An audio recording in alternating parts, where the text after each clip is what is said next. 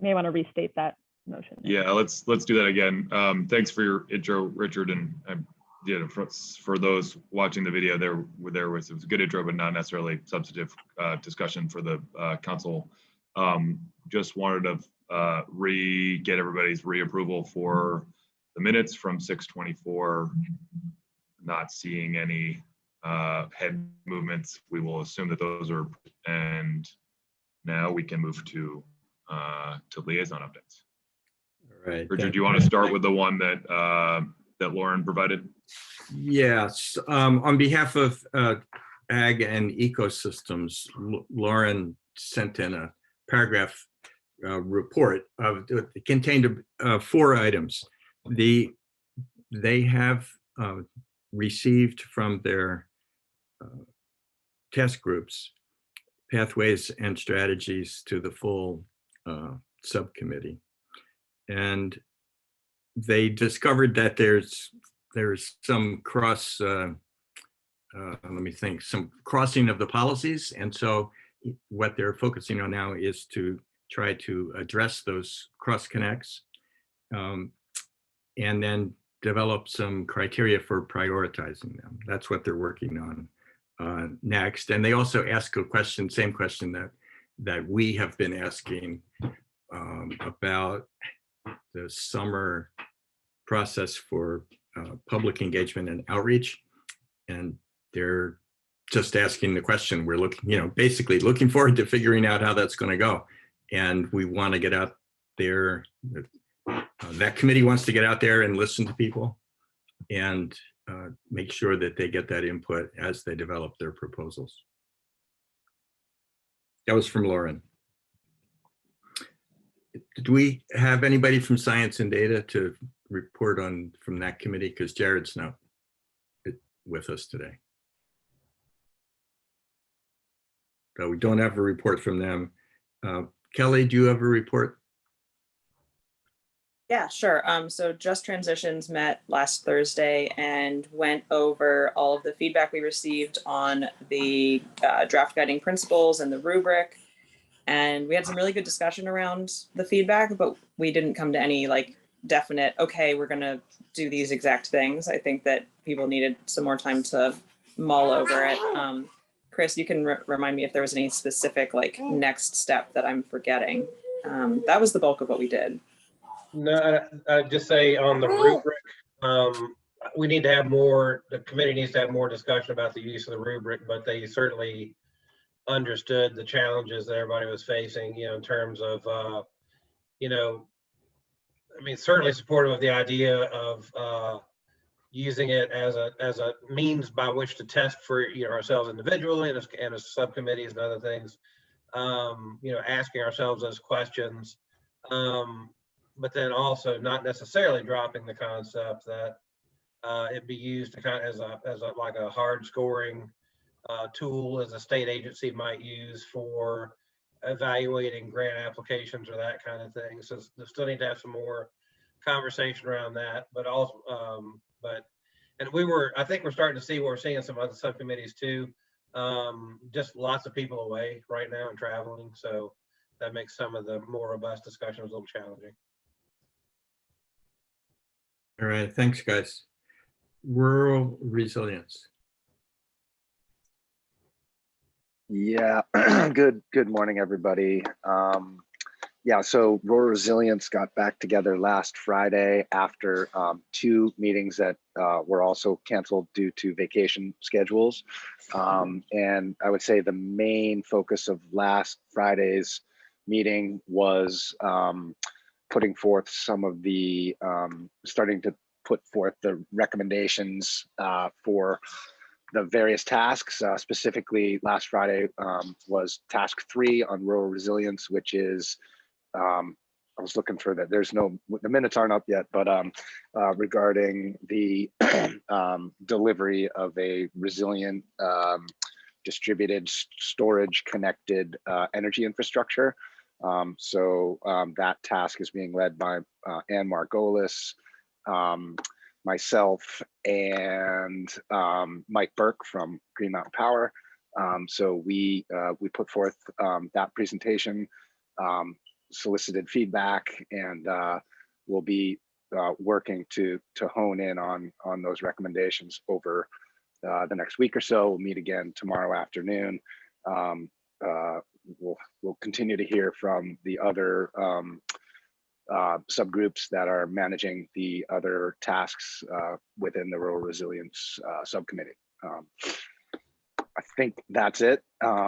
If anybody else was on that call and has anything else, welcome those comments. But yeah, a lot of activity, trying to figure out a way to move from sort of these presentations into a more structured format with the recommendations, similar to the overarching spreadsheet that all the groups are working from. All right, thanks, Chad. Sure. Anything further from any of the other committees?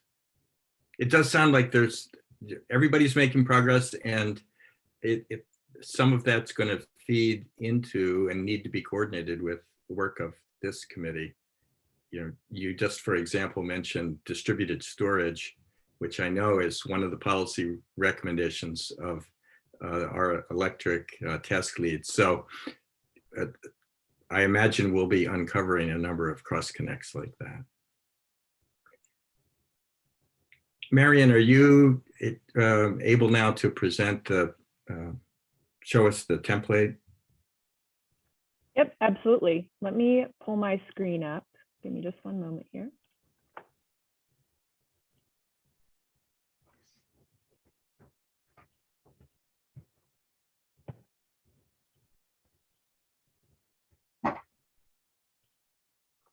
Well, Marion's pulling that up. Those are all available under the supporting documents link on the AOA Climate Council website for those who would like to pull it up themselves. Yep. And there should be 4 of them based on the tasks that you all are working on. But I'm going to walk through the template using the transportation task work. So I'll just spend a couple of minutes talking about this and then can happily answer questions as well.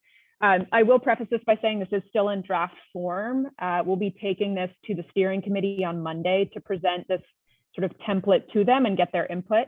The purpose of this is twofold. One, to provide the subcommittees a standard space to kind of categorize and put in their pathways and strategies and potential actions as well for presentation to the Climate Council on July 26th.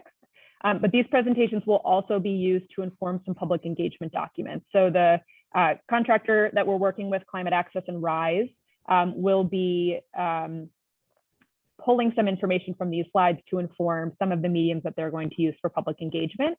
So I recommend keeping that in mind as you think about and look at this presentation template, because it will be used in some capacity for public consumption. So we want to ensure that language is, works for folks who may not know as much about the sectors as you all do. I'll say before I jump in that these, again, as Peter said, these are on the AOA website under supporting documents for today's meeting. And that I'll walk through these slides with you all. Some of them are actually going to be presented by Jane at the Climate Council meeting. So you all will just really focus on your recommended pathways and strategies. But I'm going to show you what Jane's going to present as it provides sort of a common theme across the subcommittees in terms of the work that you all have been doing in developing these recommendations. And before I move forward, Gina, you have your hand up. Do you want to ask a question before I go further? You're on mute. There's one thing that was of concern to me, and I should look at these slides to see what you're going to do, but there was a whole area that we had put into the template that was left out in what was distributed to the council. All of our cross-cutting issues, which are just as essential as the actual recommendations, were left out of the table. Is there any reason you did that, or was that just an oversight? So to be clear, this is a different template. That process was to allow for our conversation around the pathways that we're discussing later on, not necessarily in what's being presented to the council. That was a way to get all of our ideas in one spot. Obviously, all of the co-benefits and cross-cutting issues that we all have are paramount to the full discussion, but this separate and apart. So that information that we developed will be presented at some point, but it's not on the table for today. Yes, and that was just sort of a decision I made on the fly, that supporting and enabling policies were not the core part of the discussion for today, but Well, absolutely. Okay, they're critical policies. Yes. Yeah, okay. As long as at some point, this group and the council can look at those. Yes, And they're not just And we left can, aside. and please bring them up today during our discussion. Okay, I'm sorry. I was just flabbergasted when I opened that up this morning and saw that all that stuff was gone. And I was concerned. My fault. Okay, it will be there eventually. This is a good discussion point about templates and the reason why we create templates. Part of the challenge that we're having is that people did things in whatever way they preferred to make them, even though we had created a template and worked on a template together, and therefore weren't able to move things over in the consistent way. So please follow the template for this exercise. Okay, thanks. Okay. Are we good to move forward, or do you want to address? I saw Joey had her hand up as well, but she's put it back down. So, okay. All right. So I think as you're hearing, this is going to be a much higher level presentation for the council than perhaps you all have put in your Excel document that you've been working on in terms of the pathways and the methods and the strategies, and then sort of, it sounds like cross-cutting pathways as well. So this is going to be much higher level. But again, kind of focusing on that it's both a presentation to the Climate Council, but also thinking about how we present this information and sort of those higher level vision statements and then strategies to achieve those to the public. So we start the presentation with a couple of general slides. You may recognize this. This is sort of a development timeline for the Climate Action Plan. We may clean this up a bit, but it's a placeholder for now in terms of the timeline that we're working on. We're in the July-August timeframe in terms of developing strategies and recommendations and then presenting those to the council. And I'm going to move a little quicker through here just so we can get to the kind of part that requires the most attention. We are going to be looking for again, because this is a presentation both to the council, but to the public as well, about the task lead. So who is taking the lead on developing these strategies and recommendations and pathways. And then if you got input from any other folks from outside the subcommittee, it's helpful for folks to know who those are as they look at the recommendations that you're presenting. And then a general slide to talk about your process. So this may be much more simple than what's listed here. Perhaps you just did some interviews with subject matter experts in particular areas, or did some research on other pathways or existing strategies from other documents. But just a basic place to list out your process so we have an understanding of how you got to the pathways and recommendations that are included in this presentation.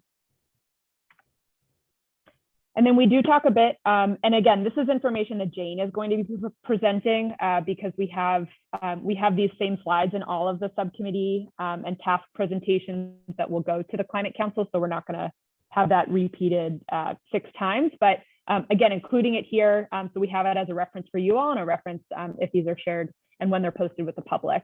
And really focusing on that we're leading with equity as a core component, focusing and talking a bit about the just transitions, the work of the Just Transition Subcommittee, developing the guiding principles rubric, and it sounds like you all are going to have a conversation about that today. I did want to point out, and for folks maybe that haven't been, aren't as tuned into the Climate Council meetings or the steering committee meetings, there was a decision and consensus reached about putting out an RFP to contract with a contractor to assist subcommittees in putting their strategies and recommendations through that guiding principles rubric to assist in that process to ensure that we're doing it with sort of the same voice and the same vision across subcommittees for the Climate Council. So something to think about as you have your discussion later today. I know Jane is working with folks from the Just Transition Subcommittee on that RFP and hopes to get it posted soon. But again, we're hoping to bring out some outside help to work through that guiding principles rubric as we received feedback from the subcommittees that was a difficult exercise for them and they felt like they needed some assistance there. So these are the guiding principles. Hopefully these look familiar. This is what's listed in the rubric there. I'm not going to go through each of them, but again, this really, should be one of the core components that we're thinking about as we develop recommendations for the climate action plan. And then in addition to thinking about the justice and equity components and the guiding principles rubric, there has been quite a bit of discussion and acknowledgement that there are other components that we need to think about when we talk about recommendations and ensure that they're speaking to, specific criteria. And that includes co-benefits, cost effectiveness, and feasibility. So when we think about recommendations and pathways, both sort of our short-term priorities and long-term priorities, and for cross-sector, it's related to those mitigation strategies. For ag and ecosystems and rural resilience, it's more related to the sequestration and resilience and adaptation strategies. But how are we factoring in and looking at co-benefits, cost effectiveness, and feasibility of strategies? And for some of these, it might mean strategies or recommendations that already have funding mechanisms identified or have programs in place. Those might be shorter term priorities, whereas there might be longer term, sort of bigger picture priorities that we do include in the plan, and that's okay. And we're just considering sort of the impact of the feasibility and the cost effectiveness in that calculation as we look at strategies and recommendations. So now we get into the areas that you all as a task or as a subcommittee, if we decide to do this together, will work on to adjust for these presentations. We do want a basic slide that just introduces the focus of the task. So it can be framed up using something from the climate action plan outline. I think what's helpful for you all, and I don't know if Jared's on this call, but certainly utilizing graphics or information from the EAN pathways and the EAN report would be a really helpful and sort of easy resource for you all to use. But really something that frames up, and again, thinking about this as a presentation for the public, as well as the members of the Climate Council who haven't been involved in your conversations. What are we framing up when we think about transportation and really the focus of the recommendations that are going to be presented here? So this is a similar slide, just sort of framing up the focus, but to feel free to share graphics, modeling, any data that you think frames up the need for that action. I think graphics are preferred to bullets. Again, we want to think about making this presentable and useful for the public and engaging, so we don't have a full slide of text, but instead using graphics or charts or information you all have come across that really shows the need for the following strategies and recommendations. And then in this slide, and I will say that, as we develop these templates, we were thinking about how to cross this from cross-sector mitigation that has really specific reduction requirements to meet mandated by the GWSA, together with ag and ecosystems and rural resilience and adaptation who do not have those reduction requirements or any sort of targets outlined in statute. So it's more of a general statement here. I think for cross-sector and the specific tasks you all have been working on, this would be a fairly easy place to list those reduction requirements that are called out in the GWSA or some more detailed targets that you all have come up with. But for the other subcommittees, this is really a conversation they're starting to have about what does it mean to provide metrics or measurements for adaptation, resilience, and sequestration priorities.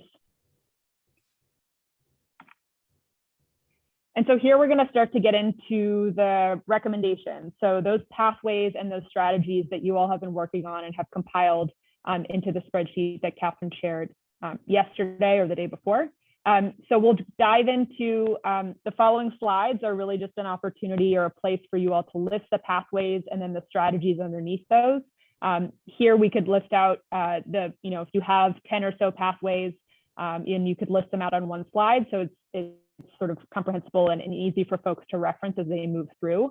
I think we've done quite a bit of thinking now about the cross-sector mitigation, your sort of specific definition for pathways, using a lot of information from EAN, again, versus rural resilience and adaptation and ag and ecosystems, where for them, pathways is a little bit more general. And so they're focusing more on what is the vision? What are we trying to work towards? Is it, carbon sequestration in our forests, and it's, helping us to meet our adaptation or resilience goals. And so they're working through that a bit more, but I think this is really going to be the opportunity for us to frame up the what of the climate action plan. So what are we trying to work towards? what are these strategies and recommendations going to get us to what sort of that pathway or that vision that we're working towards. And again, you already have a lot of these. I was taking a look at your Excel document yesterday. You may decide to reword some of them to make them fit a bit better into this framework, or you may decide to keep them as is. We'll leave that up to you all to decide. And then the following couple of slides all look like this. And again, depending on the number of pathways and recommendations that you all have to present to the Climate Council, you can copy and paste these slides and add more. I think I have 6 in this presentation right now, but you would list the pathway at the top and then list the strategies related to that below. So again, you all have developed really detailed strategies already, and we want to present those to the Climate Council for their feedback, as well as ensuring that this is available for the public to view as well. And I think one thing to think about, and one thing I was thinking about it as I was looking at the Excel document that you all compiled with your pathways and your recommendations, is you also have a column called methods or measures, which I think is one way to think about how to frame up this conversation about, why is this pathway important? Why are we trying to work towards electrification of the transportation sector in Vermont, and including those methods and measures in some way? And so I think that's where I'd be curious for your feedback on sort of how to present this. You all know the subject matter expertise and may have done similar presentations to the public or other groups before. So if you all have thoughts about how to adjust this a bit, I think we're curious for that feedback and looking for that feedback, again, as we'll be presenting this to the steering committee for their input on Monday. But again, I'm not going to go through any more slides here. They all look the same after this one. But just to note that, we want to use this specific template so that we have sort of one vision for the subcommittees and how they're presenting to the Climate Council, and then using that for our public engagement as well. But also open for your feedback on how to present this. And I think it is definitely something we've been wrestling with a bit, just because the subcommittees have taken slightly different approaches to developing pathways and recommendations. But I know that cross-sector's done some really fantastic work and is sort of ahead of the game here, which is why I'm coming to you all first. So with that, I will stop my presentation. Again, these are all online and you can download based on the task. So there should be 4 up there for buildings, non-energy, electric, and I'm forgetting the last one. But I'll go ahead and stop there. Happy to take questions, or if this just leads into a broader conversation, I'm happy to do that as well. Thanks, Miriam. This is looking quite promising. I have we should probably have some conversation about this. I have a couple of comments, but others may have them and should go first. Raise your hand if you want to make a comment.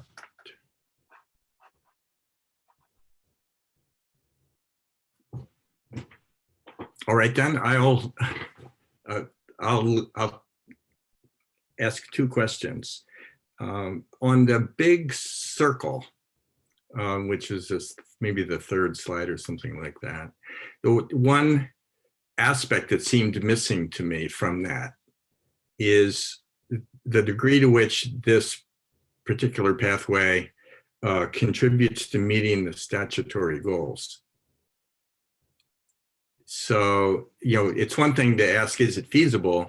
But we really do need to ask, do the numbers add up to meeting the statutory goal? And so I wonder, was that considered and left out, or just assumed that, of course, it's going to meet the statutory goal because, of course, the plan will, but. Yep. No, great question. And it was not left out. I think and actually this slide, or that particular slide, was developed from a slide that David Plum with CVI presented at the last Climate Council meeting. And there was an additional component and sort of considerations or metrics when you're thinking about pathways and strategies that looked at, does it help us meet our recommended or our reduction requirements? I think I initially left it out because we haven't yet developed those metrics for the other 2 subcommittees. And so at least for cross-sector, just building it into thinking about feasibility made more sense. But that being said, I think if you think it helps frame up the conversation by adding sort of an additional piece of the pie there to talk about, or to identify that, you're also considering pathways and strategies based on whether they actually help meet or whether they do meet those reduction requirements. I'm not opposed to adding that. That's something that we discussed, and I think was something that the council discussed at their last meeting. Again, trying to keep this presentation at least set an equal playing field across the subcommittees, but cross-sector is certainly at a different place because you all have those reduction requirements.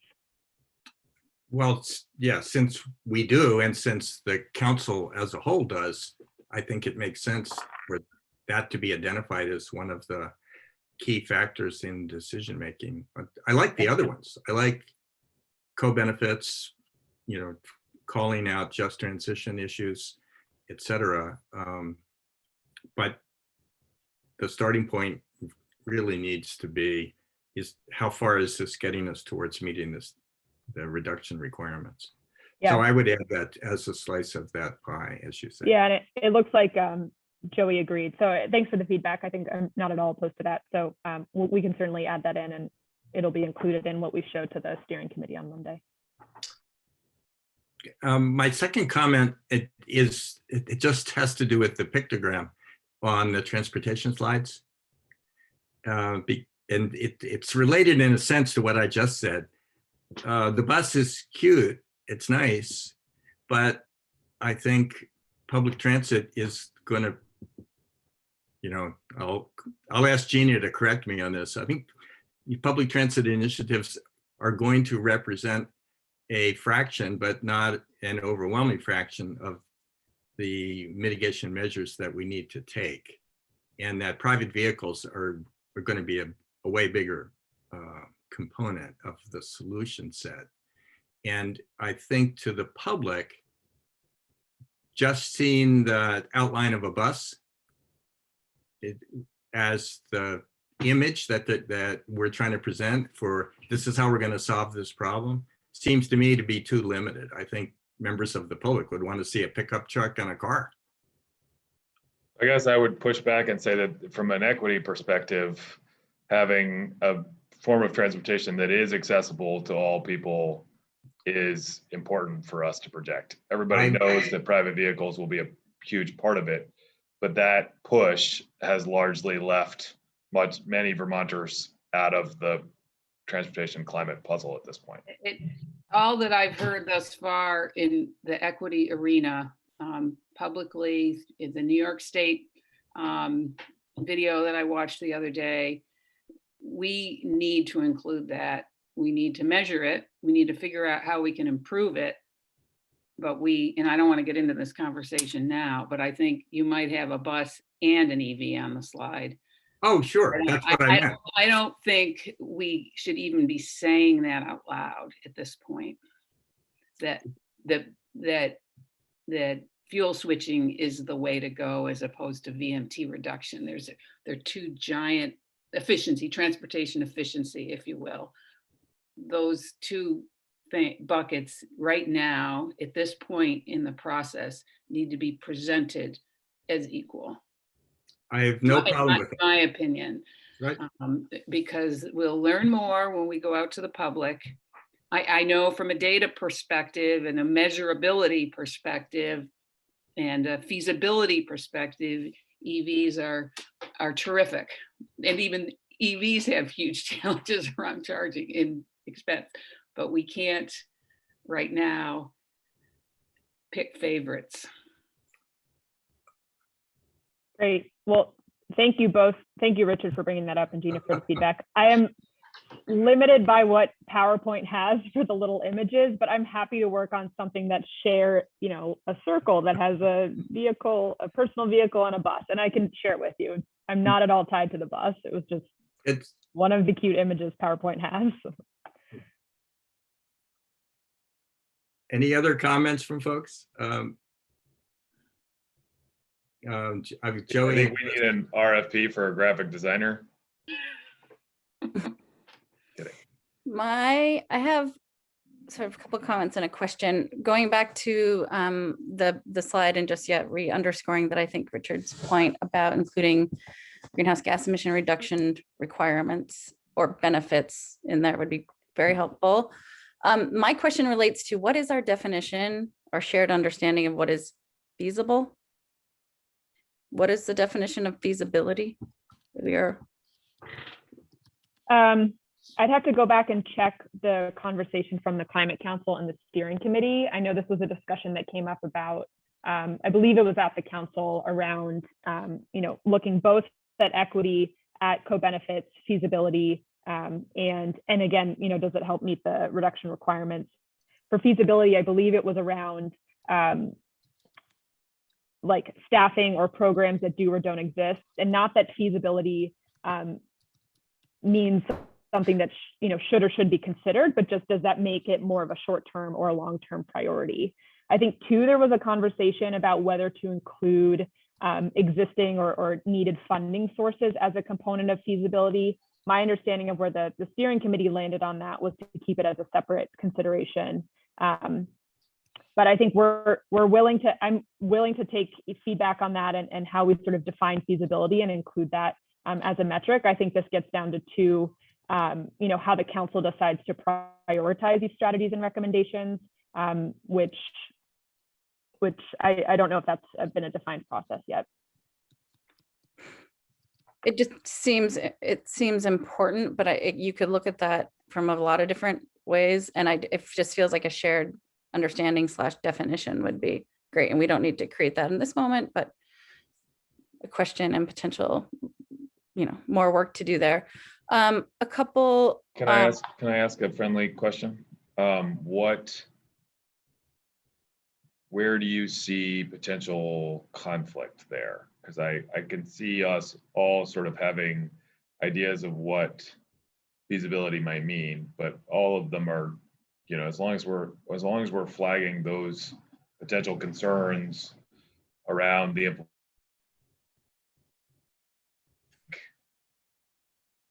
there's not a lot of, feels like trying to define an all-encompassing version of feasibility may not be worth our time, given we have essentially, I guess what I'm saying is is it like practically possible? So we need to answer that question. That goes without saying. And then in terms of, it just is an open question for me. People can have different assessments. Is it a political lens?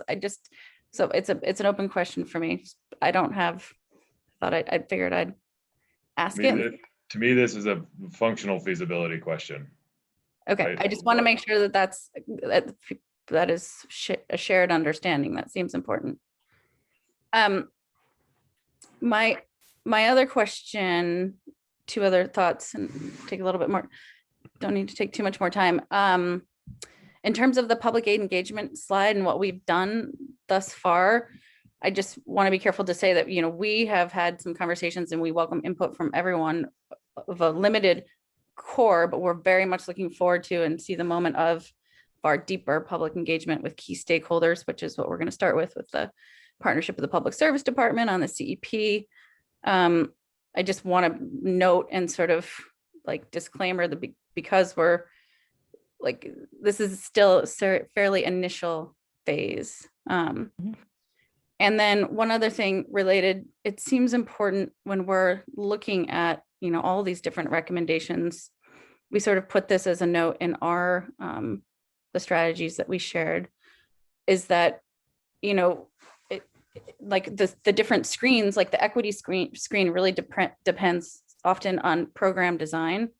So I just want to, I do think it's important to really sort of underscore, you can design policies and programs to achieve equity and other outcomes that we are seeking. So I think it's just important to contextualize that for everyone so that we're thinking about, it may be not the most, equitable policy on its face or equitable strategy, but you can design them to meet those goals, and we should. Yeah, thanks, Joey, for those points. And I think to the sort of, how we design programs and policies really impacts and allows us to really focus on that equity piece. I think it brings up, for me too, thinking about, we have our pathways, which is sort of what are those measures, those larger scale items that get us towards those greenhouse gas emission reduction targets. The strategies are, what are those steps that work us towards the pathway? but we may also have specific actions below that we're not looking for presentation to the Climate Council on right now. And that's where it's really like develop a specific program around X, Y, Z. And that's where we can really pull in that equity lens. And I agree that acknowledging that up front is important. So thanks for that. So to move this along, I have Liz, then Christine, then Chris.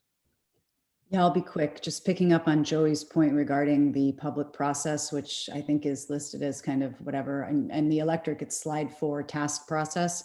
I would suggest either making that generic to all areas or drop it, because I agree with Joey that it risks almost overselling the place where we are in these recommendations and seeming to validate them before they've been presented to audiences that we need to present them to. So anyway, I would either drop it or make it consistent among the different topics, one or the other, and therefore more general. Liz, I was going to offer something similar, Mary. And we have intentionally sort of been waiting for a broader public process for the work of the council to play out, so that we didn't overwhelm the public in a way that wasn't meaningful. And so I think reflecting that sort of set of principles is probably worth doing in all the slides. But beyond that, I think we should all agree to have that be where we land. Yeah, thanks for that. And maybe it means, you know, in the second slide or so, when we have the climate action plan development timeline, is actually having Jane talk a bit more about the public engagement process to come and really framing up, you know, here's where we are in terms of presenting these recommendations and strategies, and here's where we're going and where the engagement is. I think the intention around that process slide wasn't so much to say, here's what we've done with public engagement so far. I think it was meant to frame up for the public and for folks that may be seeing these recommendations for the first time. How did the task leads get there? You know, what folks did you draw upon? What research did you pull on to get to these recommendations and strategies? Understanding that there is still going to be a lot of public engagement around those and sort of diving in deeper on that. But I think, again, to get it into the public sphere and to the eye for the public of how did we get to these recommendations and strategies right now? Because, you know, it wasn't necessarily at the public subcommittee meeting level. Right. But if that means removing the slide, like that risks putting more kind of expert gloss on them than it might deserve. You're right that we all did work to get there and we've presented it in these public meetings, but at least I would feel funny, I guess, about putting that kind of imprint on the recommendations. So. Okay. And seeing some head nods. So sounds good. So we need to keep moving here, Christine and then Chris.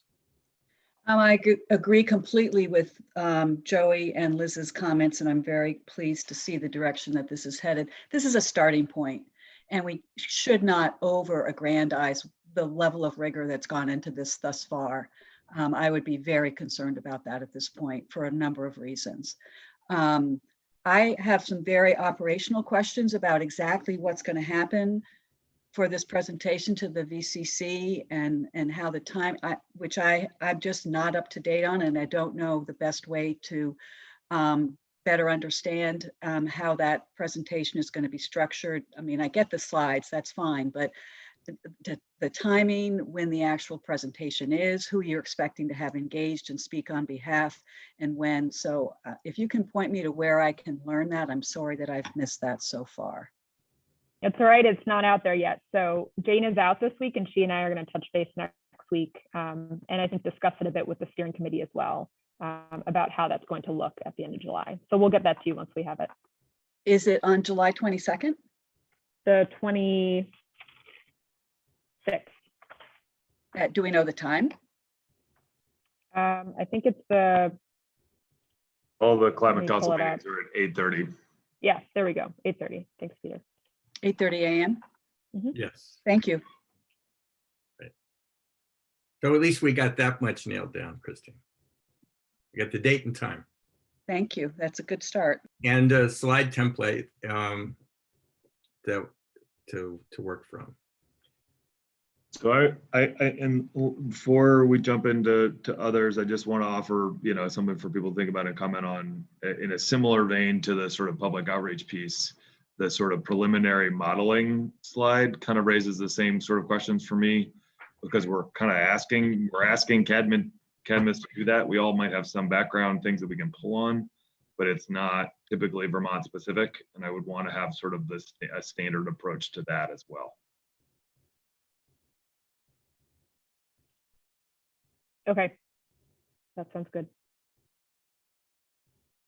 And maybe it's just framing it a little bit to say like sort of background information, general modeling information, that's sort of piece that sort of speaks to some of like what we think is possible with this strategy, but not to a level of detail that would suggest that we've done our own work.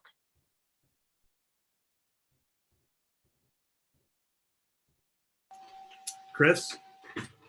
Yeah, I put it in chat. I was just wondering if pathways, should we just briefly show different levels of pathways? And I was thinking, state level pathway, municipality/community pathway, and then maybe home level and business level, just to show to what extent that's been thought out at least somewhat about how to get from A to B with each of those pathways, if that makes sense. So as opposed to saying vehicle electrification, voila, we're done. What needs to happen at each level to make that work? Right, and so I would consider those, wouldn't those be the strategies then under that pathway? So the pathway is vehicle electrification, and the strategy would be, move to this for homeowners and municipal level and state level. I don't know, I'm not sure. I think I was just thinking literal pathways to like, what is the path to actually make that happen? Mm-hmm. So like what actually has to happen at a house? What has to happen at a business? And so that, to me, that's beyond strategies. It's literal pathways to make this stuff real. Yeah. I mean, that's just me. That's just, and I'm not even a subcommittee member. I'm just a council member. That's just my thinking. So what we had agreed upon earlier when we were developing that template is, if you'll recall, was pathway is the sort of vehicle electrification. The measures and methods are the sort of next order of magnitude down, and then the strategies were the specific sort of what are the policies or incentives or whatever else we want to put in place to make those things happen. And that's okay. that is there where we are. So to me, I think the question, Marion, might be more, are we talking about the measures and methods at this point, or are we talking about the strategies? Because the strategies get really specific really quickly, and I'm not sure that that's where we are from a council perspective. From my view, I think it's the pathway and the measures and methods. So, and I do, apologies, because it means your terminology is flipped. But that's how I was thinking. I think the really specific, what you all have as strategies, you're right. I think that's maybe too detailed for presentation at this point. And to me, I think of those as actions, but we can also work on reframing the terminology there too, if that's helpful. I think it's okay. I mean, I think you guys have it covered. But one way or another, as we are developing and presenting and listening in the public outreach about any of these overall pathways, we're going to have to know how it would be rolled out and actually performed in the world. Otherwise, it's not a realistic or feasible proposal. So you're right, Chris, that we do have to look down the line to see how in the heck would this thing actually work. But we need to be, at this point, I mean, that's, as Marion just said, that's too much detail to be presenting in one meeting to the Climate Council that's going to be covering dozens of proposals. But we need to have those ideas in mind as we listen and speak to the public. Ed? I think you and Peter sort of covered some of this, but as Chris was talking, I was thinking at what point, with electrification of transportation, 80 amp service, upgrading panels, upgrading pole mounted transformers, upgrading this, looking at the planning impacts on subtransmission, transmission, all of that. At some point, there needs to be some of a bounding of to what extent is Climate Council as a whole getting into every single one of these rabbit holes versus simply noting that infrastructure will need to be upgraded from the panel all the way up to the transmission system. And I'm not trying to limit this particular one. I'm just noting that there's so many different areas that you can dive very, very deeply. Agree that at least at the moment, we should be focusing much more on the high level, EVs and supporting infrastructure. At some point though, the council is going to have to figure out where the delineation is, where the recommendations need to or should stop and should simply say, okay, somebody else needs to deal with this. If it's not being dealt with, come back. Just throwing that out there. Thanks, Ed. It's true. It's true pretty much across the board. Any other, Christine, your hand is still up. Do you have more or are you done? Okay. Any more conversation on these points? Thanks everybody for useful feedback. We are just about right on time to move to public comment. Is there anything further from committee members before we do that?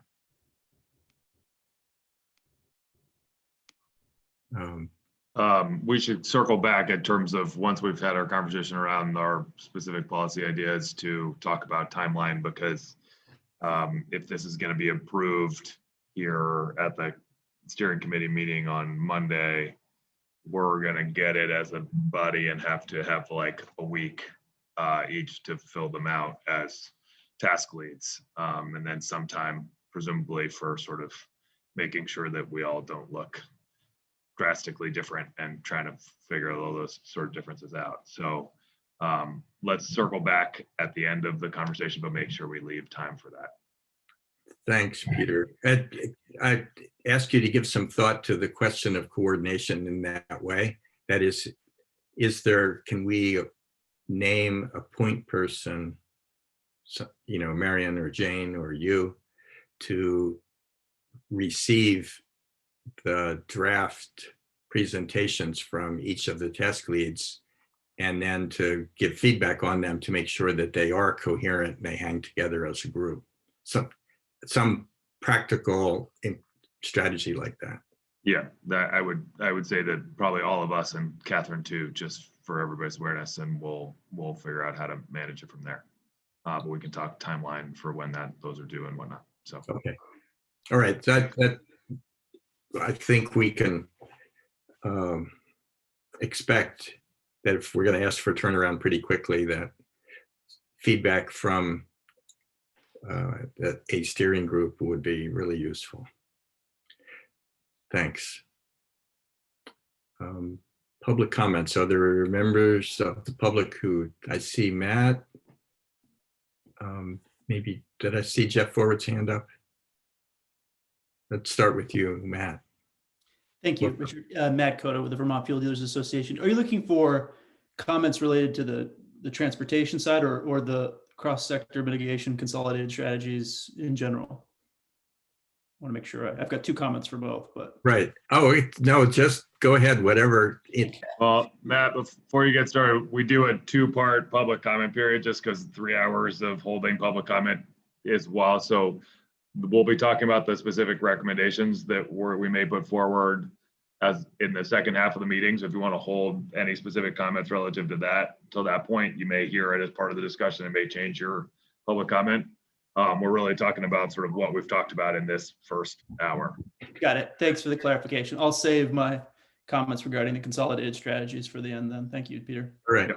Thanks, Matt. Jeff? First off, I'd like to thank you all for the commitment that you've been making on this topic.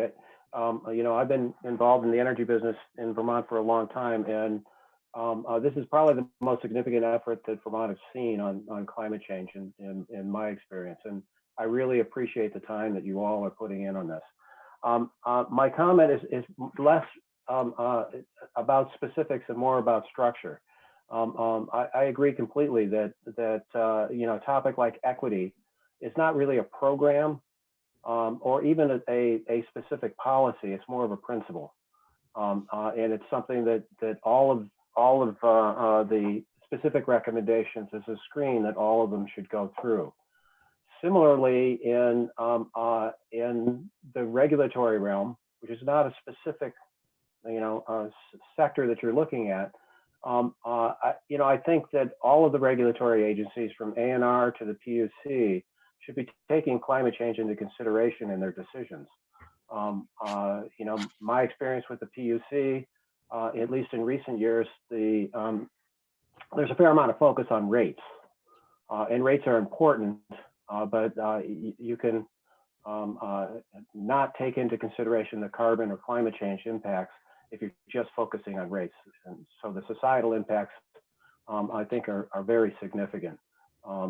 Similarly, with ANR decisions on, wetlands or prime agricultural soils or whatever, in whatever regulatory realm, clearly this is a big, important topic that is gotten on the table now and should be on all policymakers and regulators' minds when they're making decisions.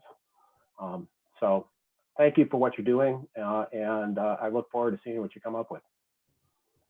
Thanks. Anybody else at this point? All right, thanks, folks. We can take a break now. We're roughly 7 minutes ahead of schedule. Peter, would you like to stick to reconvening at 12:25, or can we do it at 12:20?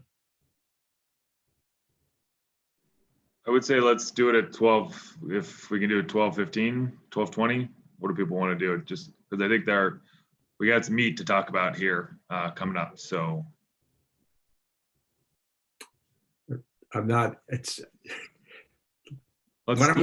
split the difference and say 12:20. 12:20. All right, split the difference. Thank you. We're going to reconvene at 12:20. Look forward to as Peter just said, the meaty discussion. See you then.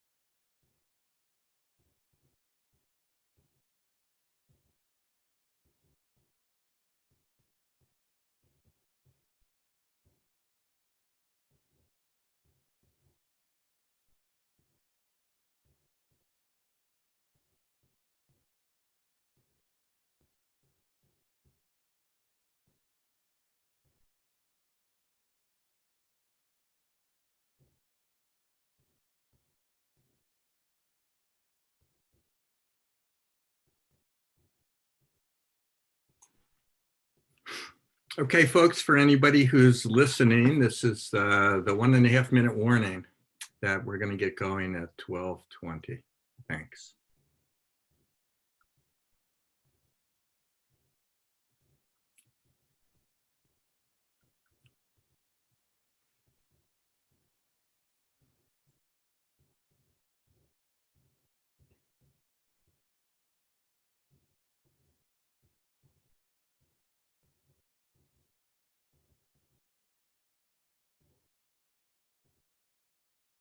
Covered it.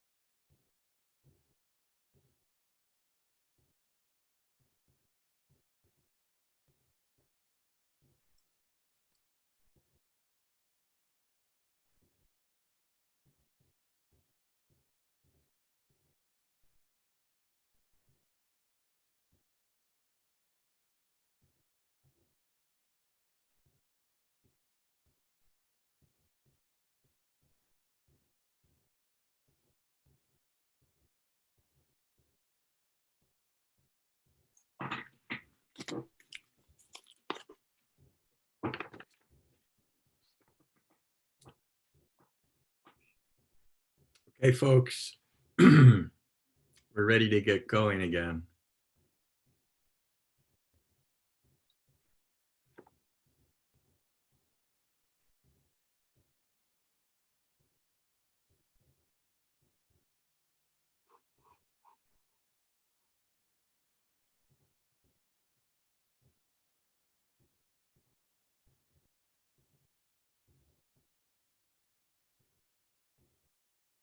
Catherine, are you on tap to lead us through this next discussion, or is this something I should tee up?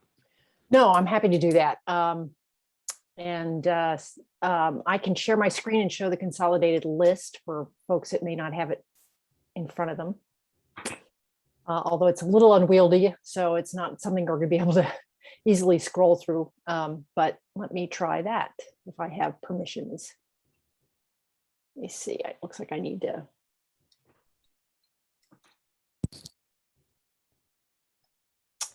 All right.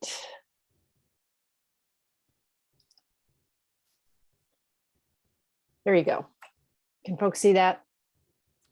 Yes.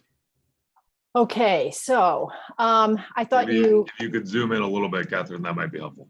All right. Let's try 150. How's that? Better? I can make it a little bigger, but it's going to start going off the screen. I think that's fine. That works. So I thought you did a good job in just teeing up this discussion at the top of the hour, but let me just reiterate that the reason that we put this all into one place was to help guide this conversation. So everybody had an easy access to all of the types of recommendations and pathways that have been put forward so far. Each of the task leads has had a chance to get some initial feedback. I'm sure you guys are all hard at work in your groups trying to get these strategies further refined. So this is just a snapshot in time from the last time that you presented, and it may not represent where you are right now, but wanted to at least have some document that allowed you to see it all in one place, since everybody was working in different formats and different frames.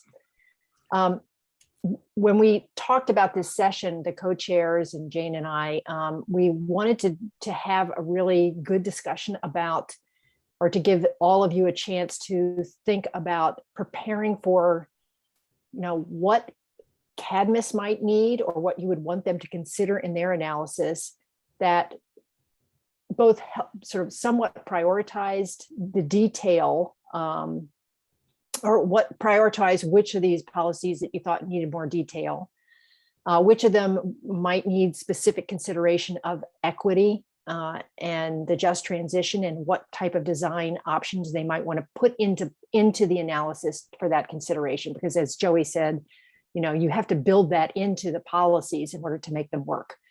And we wanted to also to use this as an opportunity to give you all a chance to say if there's any red flags, anything that you couldn't live with in this list, or anything you see that's missing before these groups continue to work and get ready for this presentation to the council.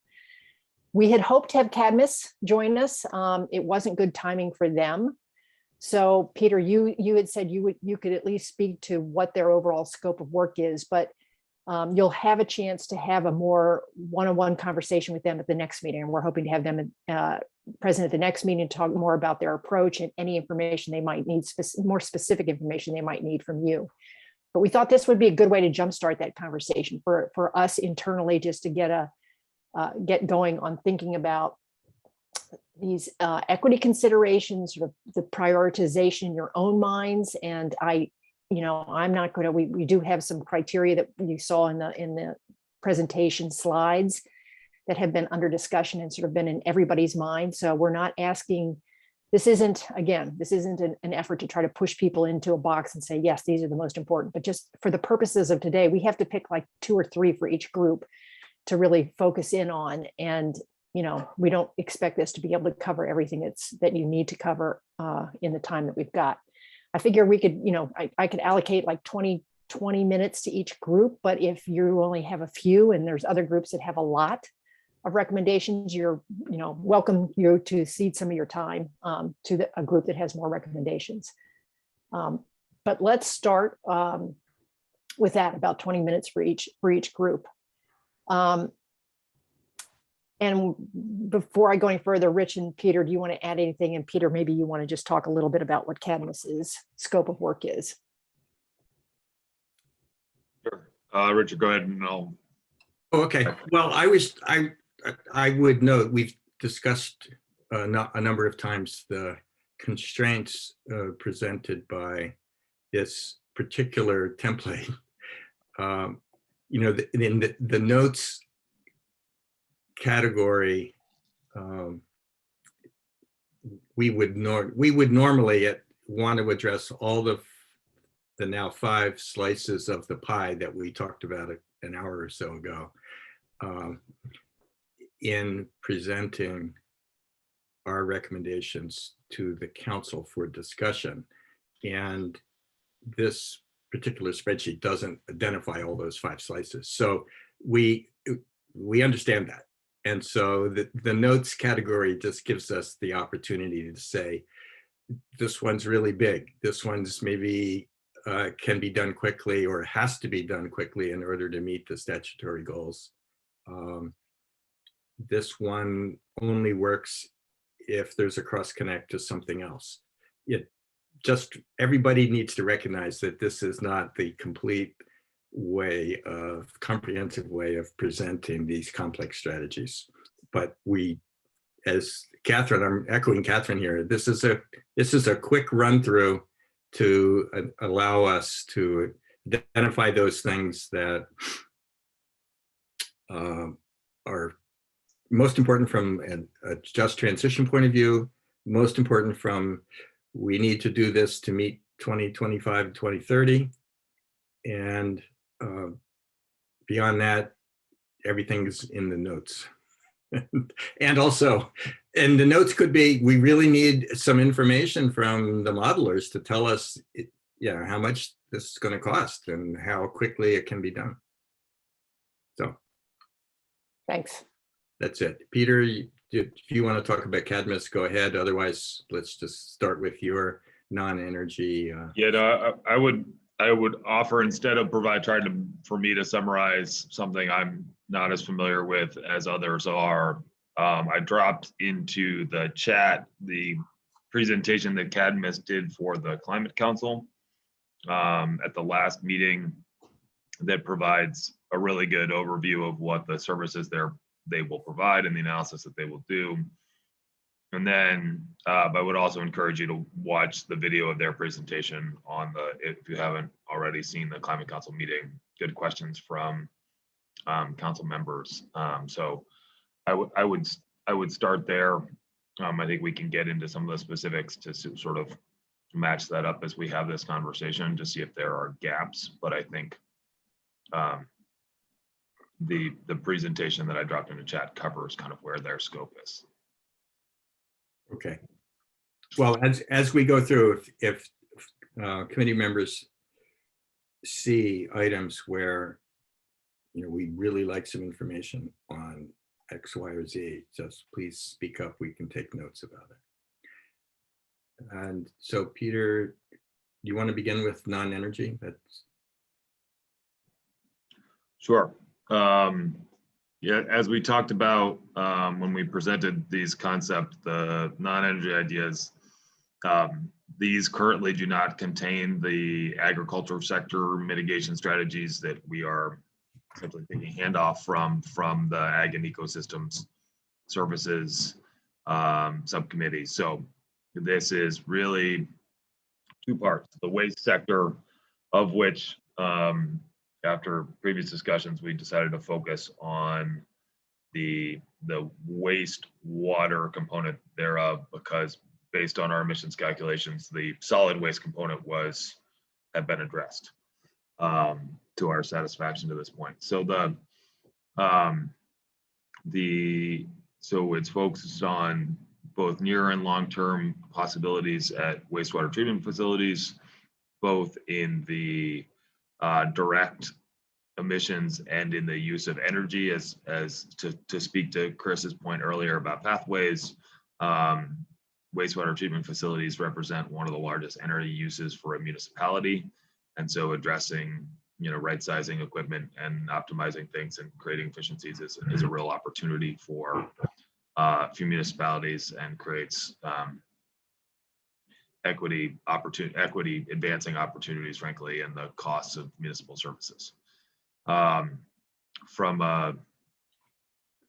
as we look, so that's one piece. The other piece is emissions from industrial sources, which primarily break down in two ways. One on sort of use of refrigerants and both leakage and other pieces there, as well as the use of high global warming potential items in the production of semiconductors. And that is exclusively in the sort of Global Foundries IBM space. And one of the things that I wanted to flag for you all is as Global Foundries has gone back and dug into the data from IBM, we have a bit of a we think the 1990 baseline year is primarily based on the combustion of fuels. During roughly that time period, in the production of chips, we went from, or the manufacturers went from using things we consider air toxics to using what are now known as as high global warming potential compounds. And so their emissions from a global warming GHG perspective were essentially zero in 1990, but as they transitioned, went up rapidly, and then have found efficiencies in other ways to own over time. And so that's really something that we're going to have to grapple with, because their baseline is zero for the 2030 and 2050 targets. And so that's obviously not a feasible measure for them to meet, short of stopping production. And that's, I don't think that's what we're looking for here.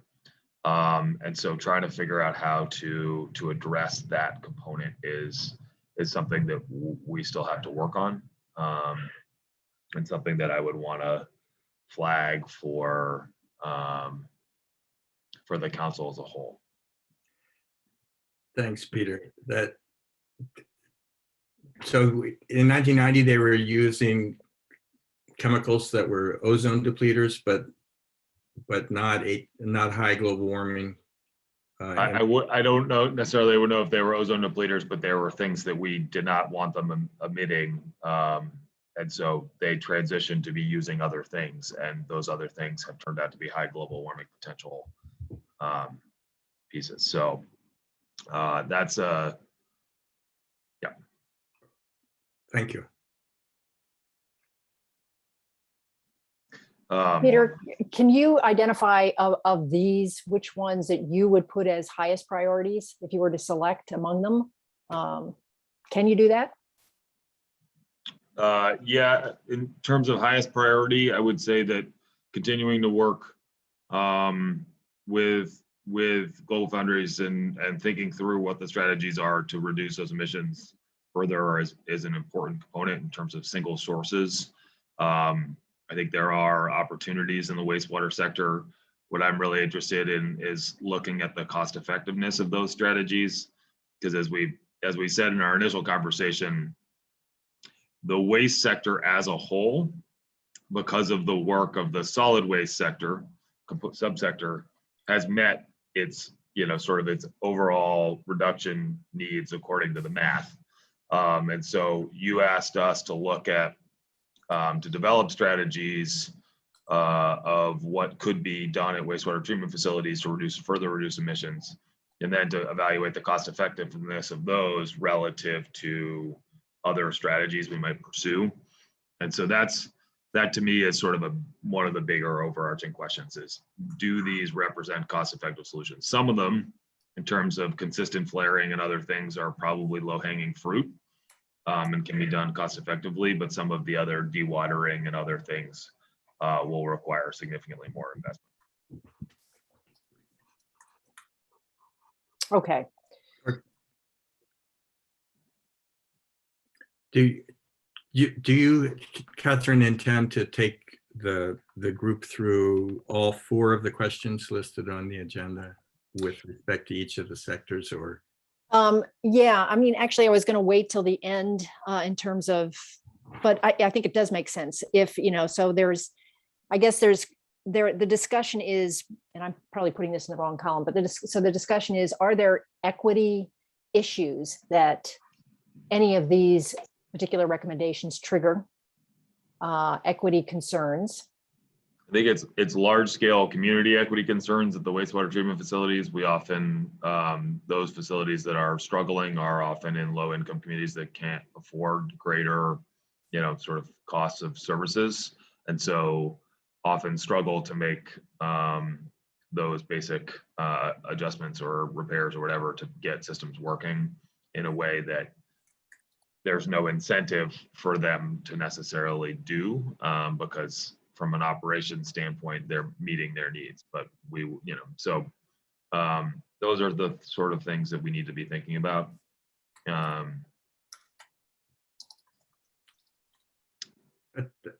have a question, Peter.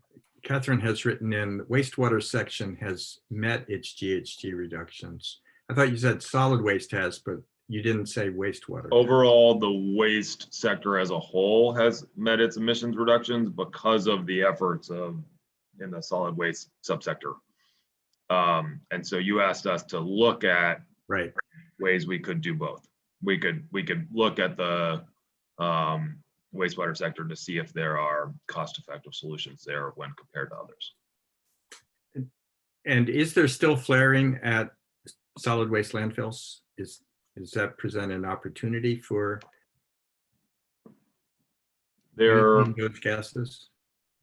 There is flaring going on. There are opportunities there, but we're getting, the landfill gas capture is pretty robust, and it's the way it's proceeded. I don't think there's a lot of low-hanging fruit there. Other questions from committee members for Peter? You didn't say a lot about refrigerant changeouts and recapture. So that is a good piece. I think we have some great existing programs through Efficiency Vermont and others that are working on those issues, and I think those are really, really critical pieces. I think we are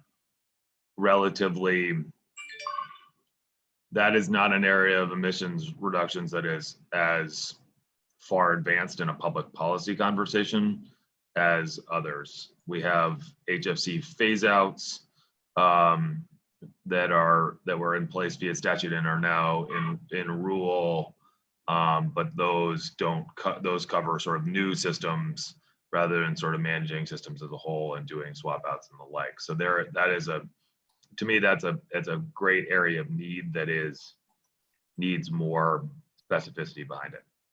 And is it the case that some of those actions could be what we're calling near-term actions because we're going to do it and we're doing it to some degree now, and it could be ramped up? They are near-term actions. They're not going to show a lot. I wouldn't say they're going to show a ton of promise by 2025, just because of the cost and logistics involved with changing out some of these systems. But so I guess the overall, the final kind of question for the whole group is there anything in this list that you do not feel should be forwarded to the overall council, or that you think is missing? Anybody have heartburn over anything here or anything that's not here?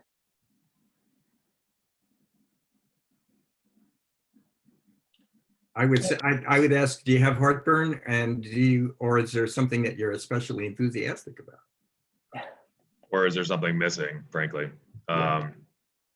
To answer Chris's question in chat, this is obviously it is an industry-wide conversation.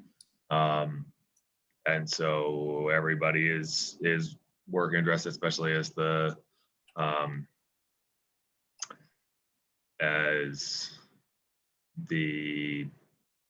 sort of as the U.S. is trying to upscale its overall production of semiconductors and chip manufacturers, like that's going to be a complicated conversation and across the board.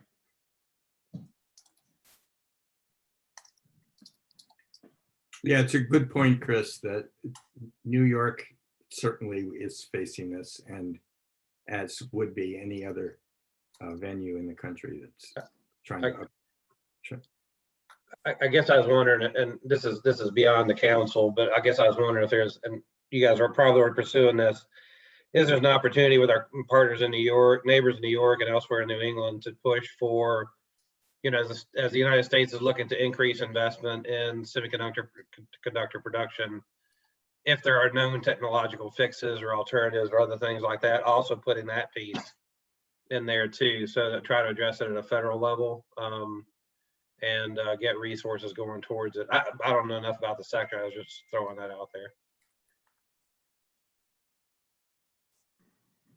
Yeah, I think there are opportunities for close collaboration and push it at the federal level. I think the federal opportunities, to my mind, probably revolve more around the refrigerant management and other pieces there, because that is something that the Obama administration started to take on, and then the federal courts set it aside for a time, and the states have taken it up, and now it's sort of in limbo. So, but thanks, Chris. Yeah, all right. I think that's I will happily see the remainder of my time.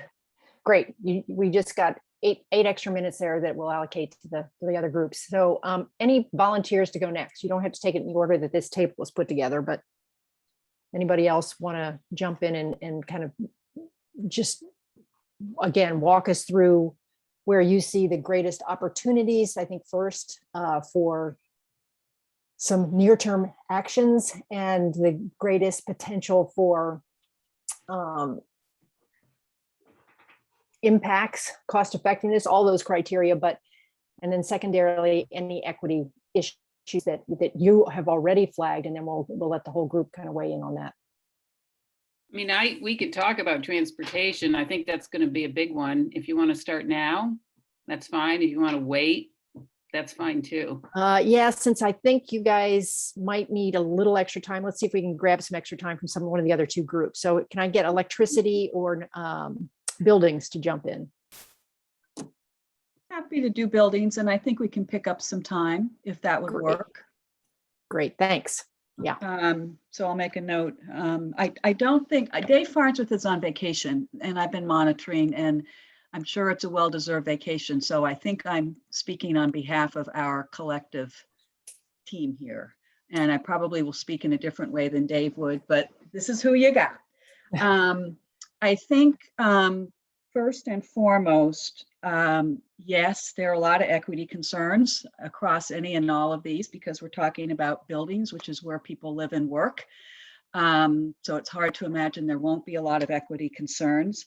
I will not for a second profess to be an expert on how to effectively identify and address equity concerns in the building and thermal sector. So I want to say that right up front. I also want to say right up front that the list of 7 or 8 that we shared with the group for the building sector at our last meeting, we really came to that list by thinking about sort of key drivers that Vermont would need to make significant progress and achieve the greenhouse gas goals. And there are many, many, many details yet to be thought through, both at the program level and at the implementation level. And so there are a lot of good supporting and related ideas that aren't reflected in these key drivers. And I don't want to pretend that those don't also exist. And because CADMIS and EFG, especially EFG, in my opinion, have such a deep knowledge through Richard Fazy and others on their team of the building sector in Vermont and elsewhere, I very much hope that we invite EFG to put additional and/or other ideas on the table as part of their work. I couldn't think of a stronger team to help advance this conversation at this moment in time. So I do not want to position the work that Dave and I have done on your behalf and in collaboration with others as any meant to be the final direction for EFG and or CADMIS. They know a lot about this stuff, and I would hope we would go out of our way to invite their best thinking informed by where we've started, but not confined by where we've landed as we've started. The 3 that have to do with weatherization and EE are grouped together on this format. And I think they each have a different story as it relates to responding to the questions that Catherine and Richard and Peter have laid out. I mean, energy performance standards, enforced building energy performance standards is important. We wouldn't be doing our work if we didn't address that. It's likely not to lead, I would guess, to a lot of fast savings, a lot of fast greenhouse gas reduction super fast, because it's going to take a while, I would guess, to get them enforced and then to get the savings from that. And we would be remiss in our work if we didn't really make a pledge to make that happen over time in Vermont. The equity concerns are such that, well, this ties into rental property efficiency standards. We saw just, was it last week, when even just registering rental properties was vetoed at the gubernatorial level. So having efficiency standards for rental property and having them enforced is even further along that spectrum. So it would be a good example of something that we would argue is needed. Won't likely happen quickly if we're not even ready yet to register those buildings, much less have efficiency standards and enforce them. And we should do that work. And while there is the possibility that such standards could increase rental costs, which becomes a negative issue from an equity consideration, in fact, energy costs should go down and become more manageable as a result of having a higher quality rental building stock from an energy perspective, which will help reduce carbon from heating fuels. So over time, it should have a positive equity effect. I'll leave it to others to judge how long that would take. And weatherization at scale, Vermont, as we know, is blessed with this supercharged team. The weatherization at scale EAN network action team that are deep in thinking through how to rapidly and urgently scale up weatherization in Vermont. I wouldn't pretend to be a substitute for their expertise and knowledge. We just need to make sure we use the expertise and knowledge that they're developing and embrace and incorporate whatever their specific recommendations are as they continue to do that work. The equity concerns there are similar to rental property. Better weatherized buildings make them safer, healthier, and more affordable to live and work in. And they require upfront costs that are beyond the reach of many households and or business owners in Vermont. So they'll have to continue to be careful attention to equity issues when we think about how to pay for that work upfront. And tariffed on-bill financing is one approach that we've called out in one of our recommendations, but there are many other approaches. And it's especially important that we think about how households and or business owners who either are unbankable from a traditional credit standpoint or don't wish or choose to become in debt in order to address weatherization. And there are many techniques available to help address those, and we're going to need to scale it dramatically. Let me just pause because I'm trying to move quickly to save time, but I want to check in with Catherine and others to see if I'm hitting the questions you wanted before I go on to the others. You're muted, Catherine.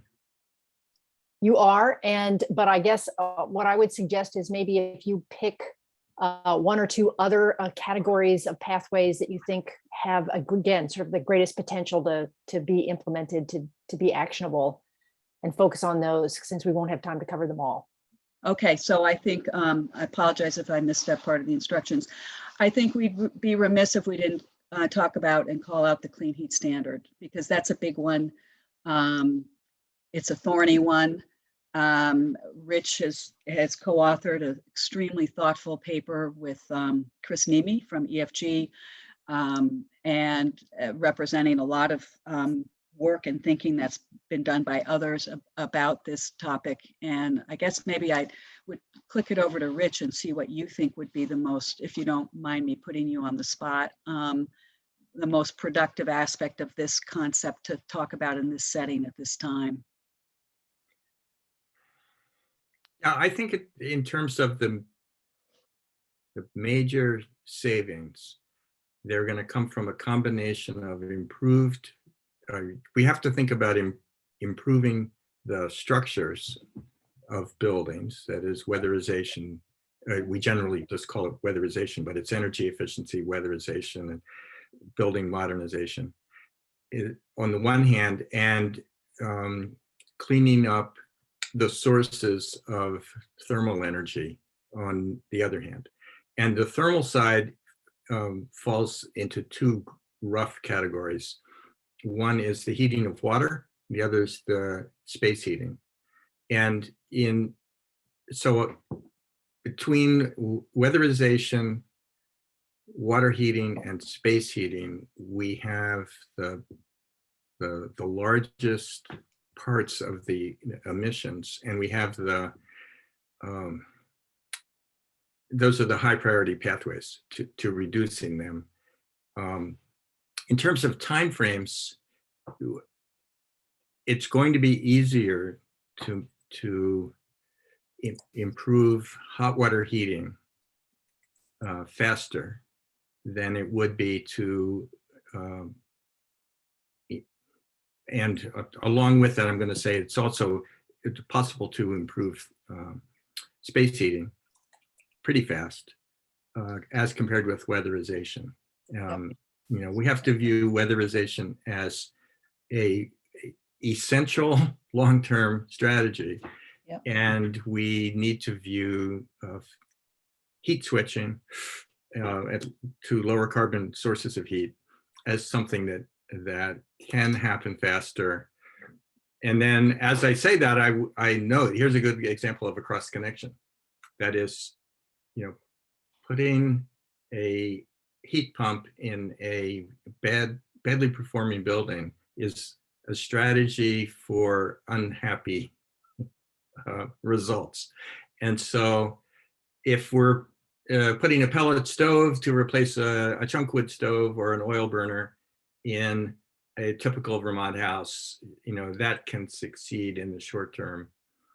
But we need to be careful about the mix of heating sources and building shell improvements so that we ultimately can deliver solutions to people that will work and be both reduce bills, improve health, improve building standards.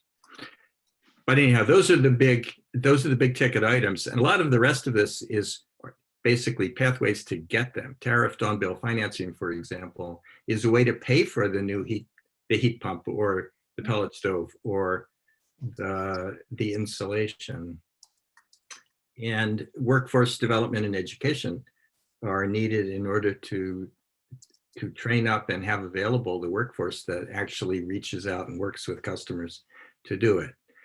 I may be echoing what Christine said, but I view weatherization at scale and the clean heat standard as the two big drivers that we need to have if we're going to meet our climate goals. Yep.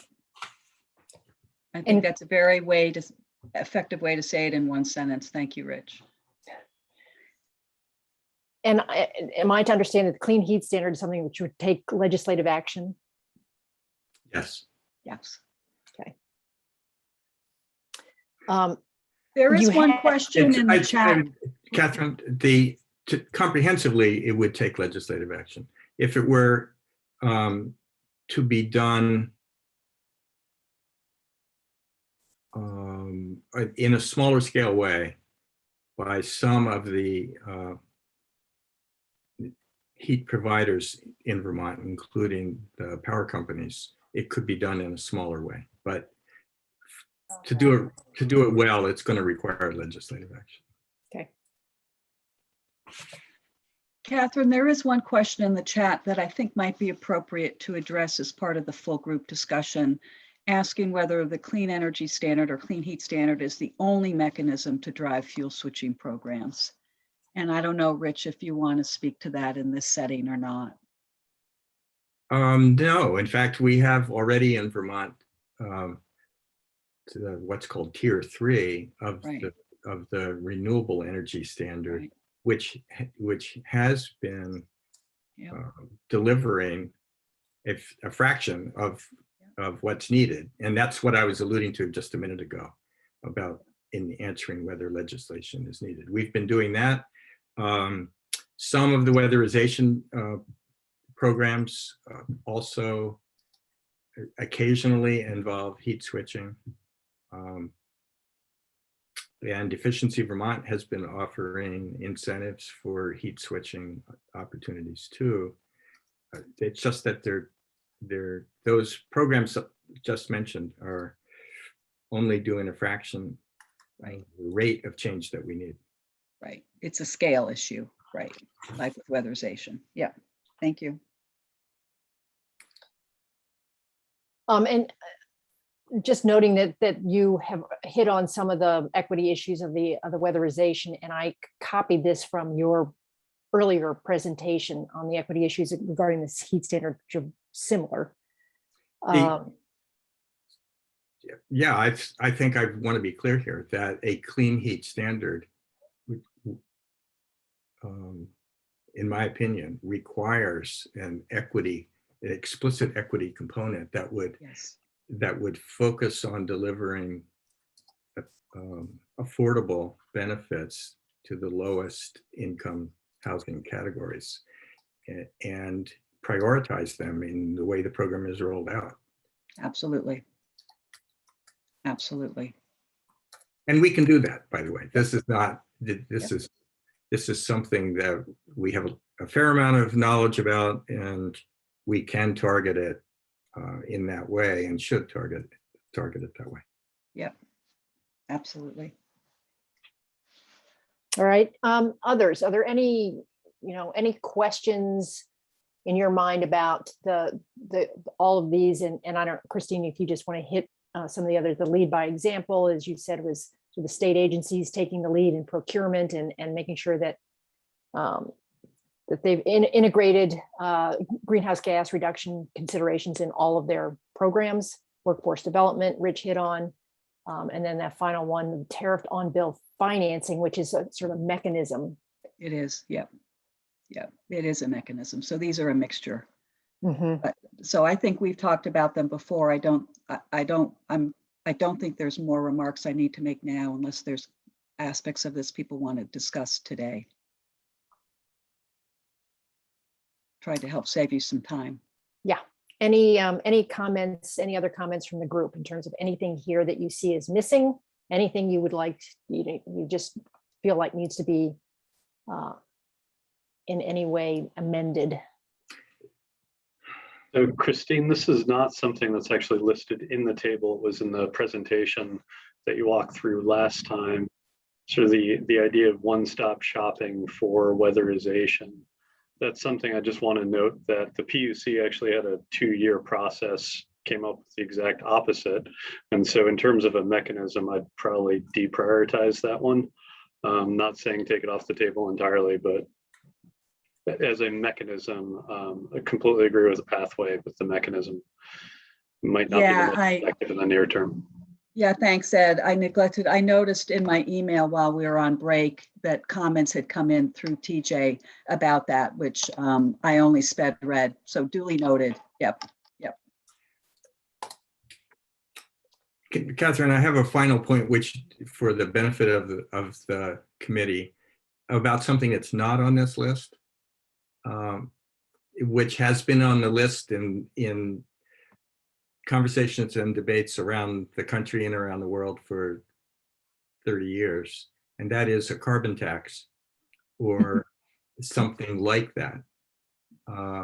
We quite clearly are not proposing that. We're proposing performance standards to improve the quality of buildings and to encourage heat switching by customers at their choice.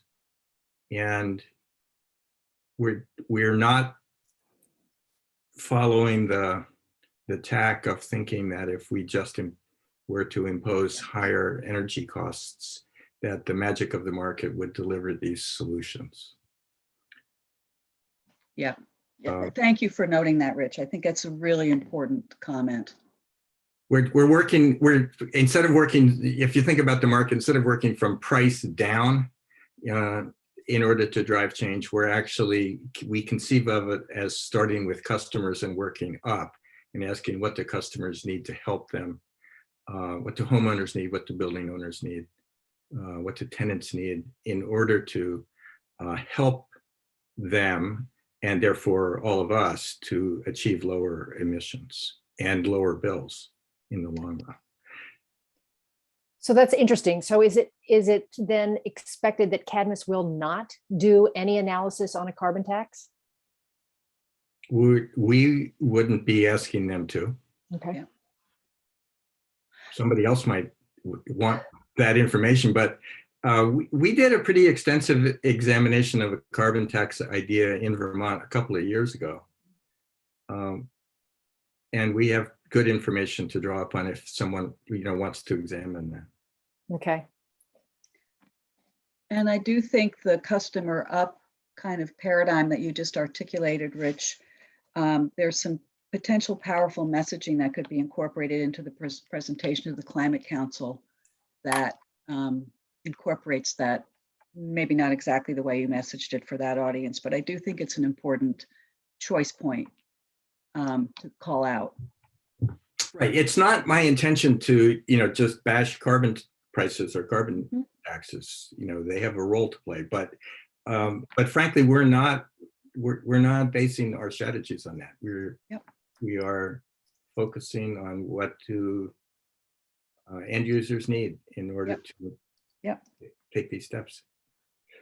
And just by way of sort of broader context, while I agree with you, Rich, I think there will likely be, these are somewhat devoid of, most of them are devoid of funding sources for these activities. Right. And so they're will likely be a discussion about how these things are funded as part of the climate council process. So Yeah, that is likely to produce another round of discussion around a carbon tax. The analysis that was done really looked at the fact that a carbon tax did not lead to major change by itself. It provided funding for other things, but it was not going to lead to the change necessary on its own. So as a policy pathway, it's not in and of itself. Yeah, Peter, I totally agree with that. And I think that our approach, I don't know what the council will say, but our approach has been to say, sure, we're going to need revenue sources in order to run and deliver these programs. And Joey, oh, sorry, interrupted you, Rich. Go ahead, finish your thought. No, that's fine. Joey, you were raising your hand. Sure, and let me just speak to this since we're talking about it. I do think, I think a principle is that we should be framing our recommendations and strategies around incenting the things that we want, we know we're going to need to do, more clean electric, and trying to disincent the things we need to move away from. And I think you're talking about carbon pricing, a well-structured progressive carbon price could do that. It is not necessarily on the table, but again, it could be structured well to serve the outcomes that we need and be a revenue source. I think it's hard not to put these ideas on the table and not have a conversation about, how you're going to pay for that, which we started to dig into, but I think it warrants obviously a much bigger conversation. But I having them in isolation is a little bit problematic, I think, because ultimately we're going to need to make that transition. But I do just want to sort of underscore the principle of, like incenting the things that, the strategies, and like disincenting the things that we want to use less of, like fossil fuels. One other thing I just wanted to note, and this is sort of circling back, and it gets to that sort of similar theme, which is the kind of enabling infrastructure and strategies that we're going to need to move these things forward. And this is, I guess, just more of a strategy, but I do think when it comes to the weatherization and efficiency, like to make this work, I do think we need to speak to and benefit from, the experience to date and the expertise we have in the state. And that I just want to put on the table that like the sort of point of sale or point of transaction, whether it's, like, again, of trying to help people when there are cost-effective, cleaner technologies avail themselves of that when you're talking about heating your home or, weatherizing a building, if you're moving into a new building, and helping renters in move into new buildings that are more fuel efficient. I really just want to encourage us to be thinking about, and I don't know where that shows up, but those like transitional moments where it's actually going to get at what Chris Campany keeps bringing back, and we know is like like how does this work for the consumer? And I feel like that point of investment is a really big moment, and I just want to make sure that some of those things, you'll see it ideally if we can put forward some of the other recommendations we made in the transportation sector, that we're trying to think about this because they're not recommendations in isolation from like the how you're going to actually make it happen conversation. Yeah. All right, so I think you've got generally, the group's blessing to move these forward with some suggestions for additions like Joey's last one. With that, why don't we go ahead and move to the electricity sector? Thanks, everybody. Can I just add one thing? I mean, the thing that's missing here is the consumer end and how education and outreach to builders, to consumers gets deployed. We have it's similar to transportation. We have a huge public information gap. It's getting much better, but I don't know where. Maybe that's in workforce development, education. But I was thinking more at the consumer end, and when those decisions are being made to make improvements to your rental property or to your house. Good, thank you. And you're saying sort of on everything, on across the board, on Well, yeah, I mean, weatherization, on that was a appliances, big on, deal. It's a big deal in transportation. So I know it is for home heating. Yeah. And maybe electricity too. Agreed, Gina. all right. So Ed and Liz, right? For electricity, Sure. let's move back up here. I have to confess that I've lost the thread of how you want this presented. I mean, I think So- it does a fair job of gathering what we had put in the PowerPoint. There could be and will be, as we refine it, some kind of moving around of the boxes and, you know, fixing of descriptions, just because, you know, some things are slightly in the wrong box. But Okay. these are all what we presented, and the last go around had tried to capture additional comments we had gotten. So I don't know how you want to do this. Presenting it again feels. No, actually, yes, you're right. We don't need to go through the whole thing again. So I think the first question for you is, are there any particular recommendations or pathways here that you feel like need consideration of equity or specific design considerations that you would benefit from input from this group that you think are high priority? So, and the reason we're saying high priority is because obviously Cadmus can do more analytical work on things that they have, you know, they think are more near term, more likely to be implemented even midterm, but they may need some detail from you guys. They may need more detail about how you would like these particular options to be designed. What are the equity considerations you want to build into them? So I think that just the ones that you think have those types of issues flag for you. And if there's none, maybe we can let the rest of the group kind of think about it and help us think it through.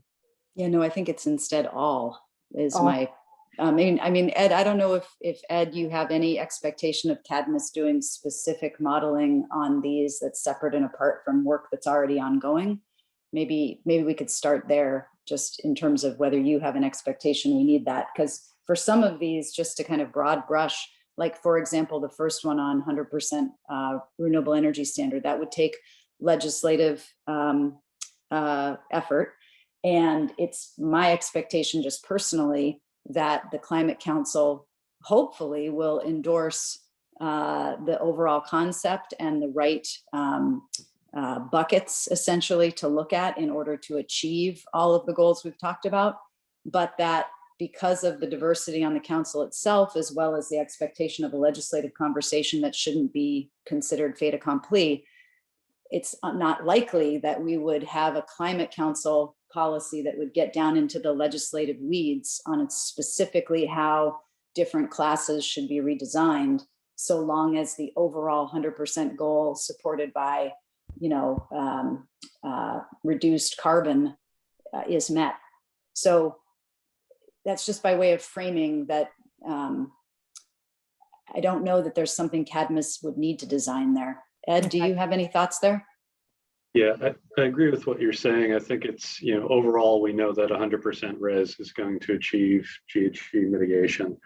The co-benefits and the equity are all that is the devil in the details of how you actually design it, is who's getting what benefits, how is equity incorporated into transition to 100% renewable electricity. Those are things that need to be called out. And that's what we had talked about last time was, ideally, what we do is just have, as Liz said, 100% res, 100% renewable electric requirement, and tee up for the legislature, here's some common understanding of relative trade-offs between different design details or different design structures.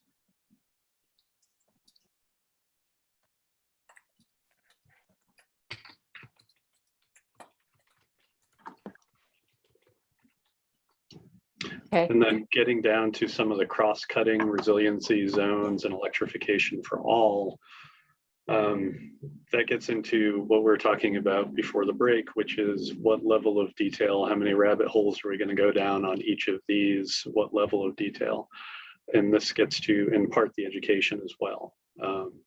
You know, if somebody is interested in becoming, you know, having a net zero home, here's things to look at. What are you doing for an EV? Are all your neighbors doing an EV? Do you need to call Green Mountain Power and call Liz up and say, hey, I need all my transformers in the neighborhood upgraded? Like, all those kind of things are things that we need to be thinking about. And I'm not sure that those are specific strategies versus the actions that need to be taken. Mm-hmm. And it gives me a chance, just for plugging what I said in the comment earlier. I think at least for the building sector and the transportation sector, it would be great if we saw the same cross-cutting recommendation that it's not just about regulatory structures to encourage or require building standards. It's also direct consumer support for the infrastructure upgrades that will be required. And when you touch a home once for an EV, for example, you're thinking and have policies and programs in place that allow that effort to be for multiple purposes. I think that's really, that enabling work is hugely important for so many of these recommendations in our subcommittee, that I would hope it's not just a cross-cutting policy within electric. Yep.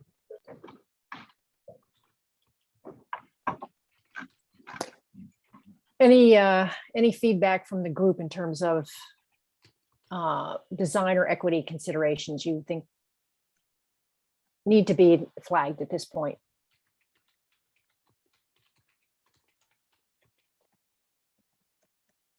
You know, again, we're going to have a chance to talk to Cadmus, and they will probably have as many questions for you as we have for them in terms of what they may need or how they would approach modeling some of these things. I mean, I look at time of use rates. I'm assuming that they will have one proposed approach and will, you know, be presenting those options to you. And I'm not sure how much you're going to have a chance to get into that level of detail with them, but Rich, I see your, I guess part of this conversation was just to tee up what it is that, you know, we might need from them, and then vice versa, what they'll come back with what they need from us. And sorry, Catherine, to interrupt here, but really briefly, it's also important to remember that the comprehensive energy plan is also being developed. It is going to be doing some deep dives, and to the extent that there's folks want greater transparency, linkages, whatever, with, you know, the relevant folks at Climate Council, we're trying to do that through these sector-specific meetings and other means. You know, we're definitely open to that. You know, we're not, the CEP is meant to be a very public, transparent document, not just us writing off, you know, writing something on our own entirely. So.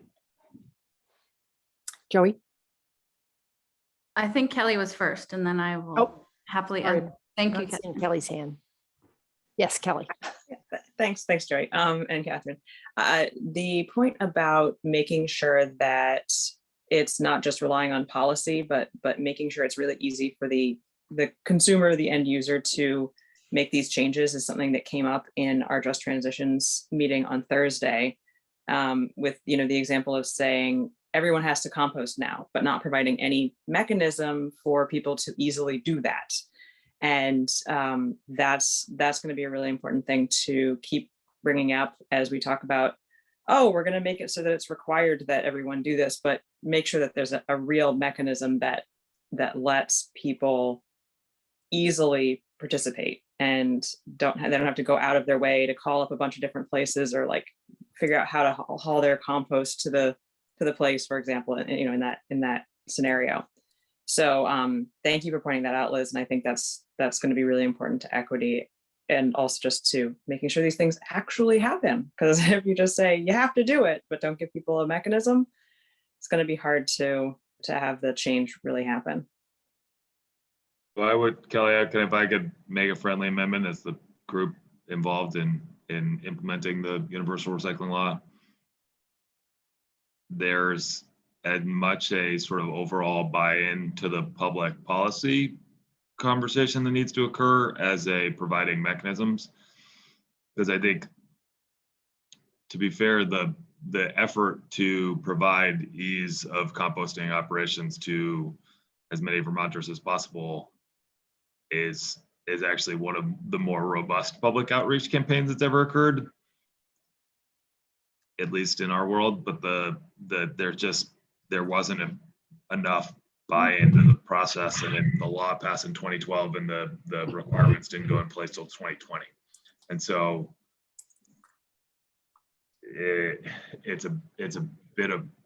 we don't get to the public policy outcome unless there's buy-in as a whole. And that's, I think, why we're doing all of the engagement that we're trying to do. Yeah, and I'm sorry, I'm not using that example to point fingers. No, That it's not, it's not been perfect, certainly. But that's the sort of reality. If we can't assume the public policy we set will just lead to changes.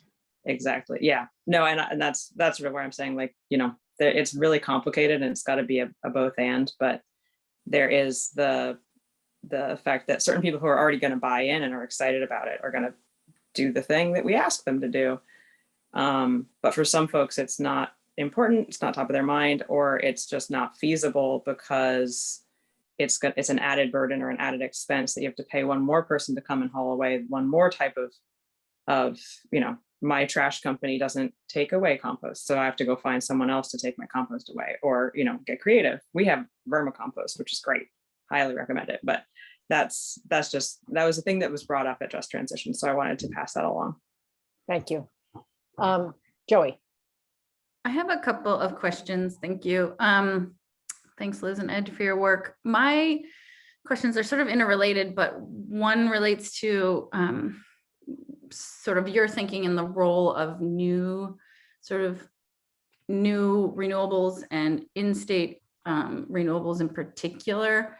The in-state renewables kind of related to your recommendation around resiliency. I'm wondering if you can speak to that a little bit more, because not only do in-state renewables, help with the sort of resiliency and potentially with, impending things like our neighbors in the West are dealing with, which is like rolling blackouts and brownouts. And so I'm just curious how you guys are thinking about in-state renewables and the connection to the resiliency work.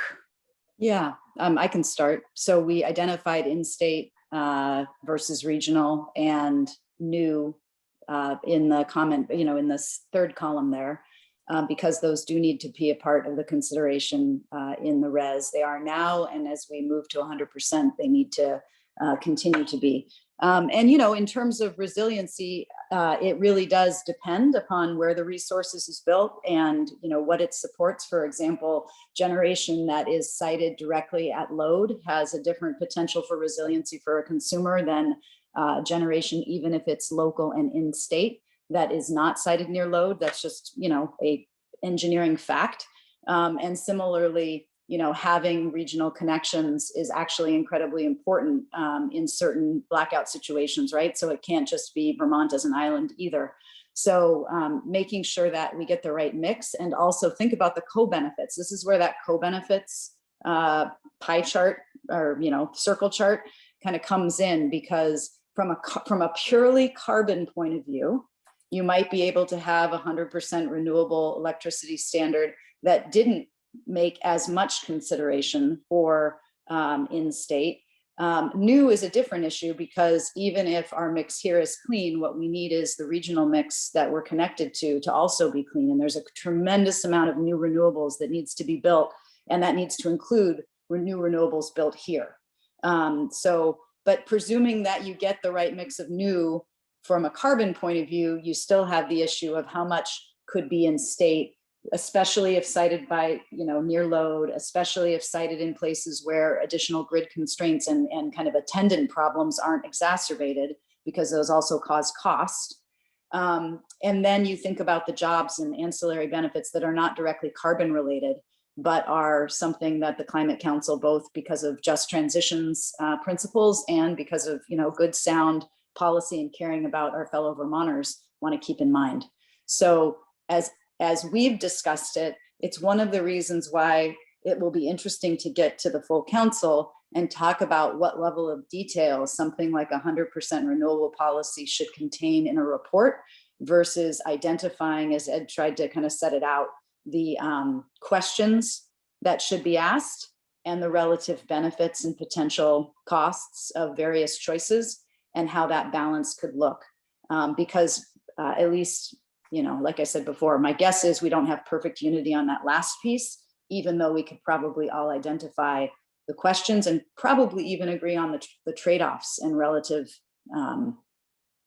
you know, benefits of various choices. Thank you.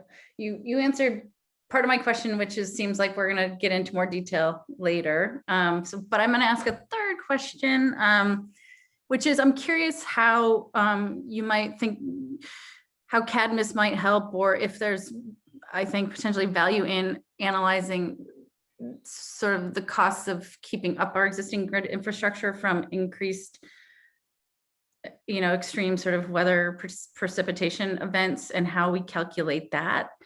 And how that too is an equity issue if rates are rising. Right. I just, you know, because the cost of business as usual is real, and that also it has to do with maintaining infrastructure, including our poles and wires. Yeah, Ed, I don't know if you want to take that. There is a national tool that has, in our view, at least at GMP, limited application in Vermont. It's called the ICE tool. It's used by DOE and some other utilities nationwide for a cost benefit screening of the type of work you're talking about. And there's been a lot of work, especially in the last couple of years, to think through how those tools could be improved or better applied, especially in a rural location like Vermont, where you're not just talking about, like, at least from an equity point of view and from our point of view at GMP, looking at our infrastructure, it's not just about number of customers on a line and, oh, let's go do the ones that have the most customers, because obviously that's not equitable when you think both about how costs are spread as well as how lives are affected. So yeah, I don't know. Short version is whether that's kind of beyond Cadmus's both technical ability and scope to really look at a tool for the cost benefits of resiliency, which is what you're talking about. There has been some work done on that nationally, and some tools have come out. We continue to look at them. We looked at them for our climate plan. Nothing has been adopted here by the commission, and I think it's still early days. So it might be something to identify as an important strategy, but I'm not sure. I would be surprised if we could solve it between now and December. Yeah, I completely agree with that. States have been talking with ISO New England, some of the FERC officials as well, about extreme weather events and basically low probability, high magnitude events and how you deal with that. But getting back just to the infrastructure, it's interesting just recognizing that we need increased tree trimming cycles, you know, as vegetation growth increases during summer months, you know, more CO2, and just having hotter weather generally, you know, more snow in late September, you know, when we actually still have trees or leaves on the trees, things like that.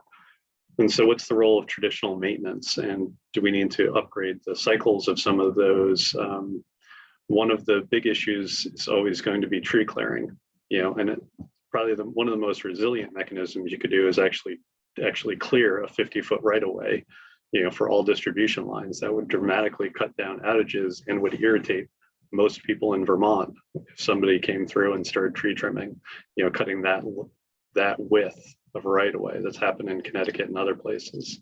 So understanding some of these trade-offs that people have, and what are the other mechanisms that we already have, and what if we just do increased investments in them? But it's a good question, Joey. So I want to be sure we've saved 20 minutes for transportation. And Rich, you had your hand up. Is there one last point you want to make? And you know, then we'll move on. Transportation. Thanks, Catherine. So this can just be for future conversation, but asking whether the electricity task has been discussing policies that would more explicitly promote in-state versus out-of-state renewables, or vice versa. And then secondly, are you looking at, or should the climate our climate plan look at recommending changes to the way regional power markets work, the way regional reliability standards are written, the way the region depends on natural gas generation as a principal source of reliability for the regional grid. Yeah, you don't want to answer those questions right now, but there are questions as to whether that's an appropriate part of the climate plan to recommend actions in those dimensions. Okay, not sure if I got that completely. All right, let's move then to transportation. I know you have a lot, and Gina, I just signaled to you that I did add back in that last chunk of critical cross-cutting transportation policies and strategies. So and my apologies for omitting that in the first round. So I think, again, just if you could pick a couple of these that you want to highlight, the specific equity and design considerations, I think that's where we need to start. See how far we can get. Well, I just want to back up like Liz. We just took what we had presented and we refined it some. We also got some feedback from some transportation experts, and that helped us refine and add to what you see here. So it's very similar but different. It's very hard for me, and I think Joey would agree, to deal with the equity piece right now for a couple of reasons. First of all, transportation affects everybody every day in the economy. So to say something doesn't have an equity consideration is really hard to do. Also, what was the other thing here? There are wide-ranging economic, crossing economic boundaries from the very well-to-do to the very poor. So, it's hard to ferret out these differences. And finally, we from our place of privilege, I mean, what I've learned in the last month and before that from the Just Transition is, from our place of privilege, who are we to say what's going to work and what's not going to work until we hear from those communities? So particularly around transportation, I think, and maybe other areas too. So we kind of held back in terms of saying, well, this is the thing that needs to happen to make these things equitable. With that said, we did put in considerations around incentives for purchases. We did put considerations around EBCE programs and making sure that people live in multifamily housing are able to access EBCE, are able to access the incentive programs, that the used car market is very much a part of this, not just new cars, both in terms of EVs and for more efficient cars. We have two major buckets, as you know, electrification of vehicles versus an efficient transportation system. In my view, they're not either or, they're combined. An efficient transportation system is directly related to land use, which the state, land use concepts around smart growth, which the state has endorsed since the 80s in all of its planning law, and has a vast array of co-benefits related to health, related to quality of life, related to conservation, related to riparian zone protection. I mean, you name it. We've determined that land use patterns that also facilitate sustainable transportation are very important to the future of Vermont. So that needs to be included here and supporting all that to the extent we can. The devil will be in the details in terms of equity, in terms of what works and what doesn't. So it's hard right now to say this is the right one, this is the wrong one, this is the priority, in my opinion. There's just one that I think we could consider, and that is fuel switching outside of switching to electric vehicles, biodiesel, and some of those hydrogen and some of those other fuels. it appears the bang for the buck may not be worth it. The technology is not prime, ready for prime time regarding hydrogen. So I'll throw that out there. There's one there, in my opinion, that we could back off of. The rest of them are all really important. And as for the stuff that was just that we had put in that didn't get out to you earlier, a lot of that stuff, these cross-cutting issues are structural changes that need to happen in government, funding issues. You know, they're not pathways per se, they're administrative and funding pathways that I'm reluctant to just ignore right now. They need to go somewhere in the conversation with the council. A lot of that stuff in there. What else? Oh, on the regulatory side, you know, we have the California Emissions Program, the ZEV program, and those are critical pieces, critical tools for the state. And we need to continue. There are only real sort of regulatory hooks, and we need to continue with that approach. With those programs, which we've been very much involved with over the last decade or so. Let me see. Oh, as far as Cadmus goes, you know, for transportation, for me anyway, I need to know what tools, what data they have available before I start wish listing all the things I'd like them to do. You know, for example, land use and VMT reduction, I'm aware of studies nationally that show that certain densities will reduce trips, but they're all in an urban setting and may not be applicable to Vermont. And so I'd like to know if what they've researched, what they know about in terms of modeling future land use in Vermont and what the emissions benefits might be vis-a-vis trip reductions, as an example of a conversation that I would like to have with them. Let's see. Is there anything else, Joey? Please jump in. Yeah, no, I think you summarized it, but let me just go back to sort of frame it out again. I mean, I think we know about like 45% of the money that Vermonters spend on energy goes towards transportation. It's 40% of our greenhouse gas emissions.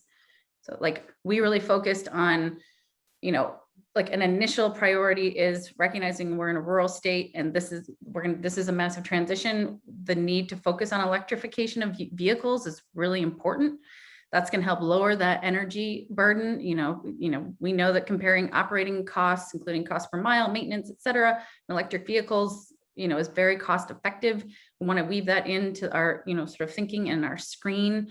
And, you know, in terms of really, you know, really an opportunity to focus on how do we make more clean electric fuel efficient vehicles available to lower income, more marginalized BIPOC Vermonters in particular. And one of the ways, you know, as Gina noted, we have not fully overlaid the equity screen yet and we're needing and wanting to do that. But what we did try to do is recognize that there are really important programs that we can and should be building off of that are built and premised around that, like equity as a core component, which includes the Mileage Smart program. It includes the Replace Your Ride program that is focused on moving people out of internal combustion engines and into more cleaner vehicles or into more cleaner, diverse transportation options. So I wanted to note that to say, again, we have some pretty core programs to build from, and we should be focusing in on sort of the electrification and fuel efficiency component, but also on the transportation demand management strategies that include transit and bike ped and microtransit and other things. And as Gina noted, and those are sort of short-term priorities, but also a short-term priority is land use and smart growth. I also just want to know, I don't know how the language got changed, but I think it's important to underscore that it's land use and smart growth. Land use is fairly generic. Smart growth is a strategy to sort of like create more compact communities where people have options for getting where they need to go beyond the single occupancy vehicle. So I just want to sort of really focus on all of these things are short-term strategies because of, and as Gina spoke to, to enable smart growth, we really need to make some core investments and a commitment now, recognizing that the role of compact community development in this transition, as we, again, build this sort of more sustainable pathway into the future. So, and I just want to underscore that, again, we have programs that we can build off that are focused on equity, and we have programs that need to focus on equity and cost effectiveness. And that will come in the program design and the policy development. And there's more opportunity there to do that. Can I do one more thing about the existing programs? I hope the consultants are going to be able to take a clear-eyed look at what we're doing now, what's working, what isn't working, and to what scale those programs need to be increased, and then how we're going to fund it. We've been putting money into incentives. We've been putting money into EVCE. How are those programs working? Are they doing the right thing? To what degree do they need to be changed or different or new? And to what degree we have to increase those programs? Mm-hmm. We can't just say, oh, we need another $1 million for the EVCE program. We need to know, is it working? Does it exist today? Is it working? How should it change? I do want to underscore some of the thinking that we were doing related to equity was really looking at and there needs to be more words on the page and more work done, but recognizing the role of investing in multifamily, fast charging at multifamily units and strategies like that will make it more feasible for more Vermonters to avail themselves of in this transition. So that's a high level overview. We welcome way more input and certainly the opportunity to connect with the consultants.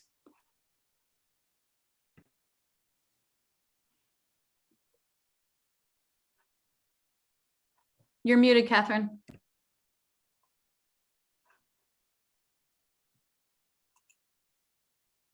I was just asking if we know whether there'll be opportunities for each of the subsectors to meet separately with Cadmus. Is that something that is under consideration? Or... Yeah, from what I understand, as Cadmus is getting their feet under them, that they are going to want to dig deeper into each of these things, and I presume there will be that opportunity. I just don't know precisely when. From my quick look at the transportation person who works at Cadmus, he's an electric vehicle expert, and it's going to be really valuable, but it seems to be lacking in terms of transportation planning and alternative modes and those kinds of things. And I don't know if anyone else, at one point, Jane was suggesting maybe some other people could be brought in who are more transportation system experts. That's based on knowledge from about a month ago. So I don't know if that's changed. It's changed. Yeah, I mean, there was some discussion about bringing some folks in from UVM as well. I don't know where that stands, frankly, and with Jane out, we can speculate, but won't have an answer. Okay. Well, that's important to us, is to make sure, to the extent that we can afford it, to have some good transportation people to help us evaluate these options. So Kelly, your hand has been up since your last time. So just checking to see that this is okay. Rich, you're up next. One of the big options on the table has been for some time now, Transportation Climate Initiative. And I didn't hear you focusing particularly on that. In the list? It's in the list that the list that got cut out of the list that went to you all. It's now on the list that's before us. And maybe, Catherine, it would be good for people to be able to see those critical cutting transportation policies and strategies. Yeah, I just want to underscore, yeah, we did make recommendations, including as the legislature ramps up for even more robust conversation about remaining American Rescue Plan Act dollars. There's a potentially jobs and infrastructure bill. Funding was on our mind, and we wanted to recommend making strategic use of those dollars coming into the state, and then also recognizing that we need more secure, sustainable funding sources. So we did recommend Transportation and Climate Initiative, and per the equity a lens. We really also recommended that there be some sort of complementary policy or approach that looks potentially something like what Massachusetts has done when it is moving forward with TCI, which is to say, we should do TCI, recognize that it is inefficient and or imperfect and insufficient in and of itself, but it is a funding source. And we should drive those revenues. Massachusetts policy sets 70% of those revenues to go to marginalized, more low-income BIPOC communities. We are recommending something similar. We can't avoid talking about it. A considerable amount of work has been done, and we want it to be on the table. And we understand that we need to have a really strong equity lens associated with it. I guess I would also add that a lot of the recommendations do require funding. And so either TCI or something else, realistically needs to be part of our policy package. We couldn't agree more. I mean, that's why we have a placeholder here for, including TCI, but likely not limited to, but trying to just recognize what is our participation in that program get us so that we do this in a cost-effective, equitable way. It's also one of the reasons we're recommending that the legislature really commit and drive any federal funding into programs so that it really galvanizes and leverages this opportunity. And linked to that is the consultants' work to tell us, well, here's how you need to grow these programs, and this is what it's going to cost in order to get to these emissions reductions. Right, and maybe here are some funding options. Exactly. And our package of funding options. That would be a good question to ask the consultants.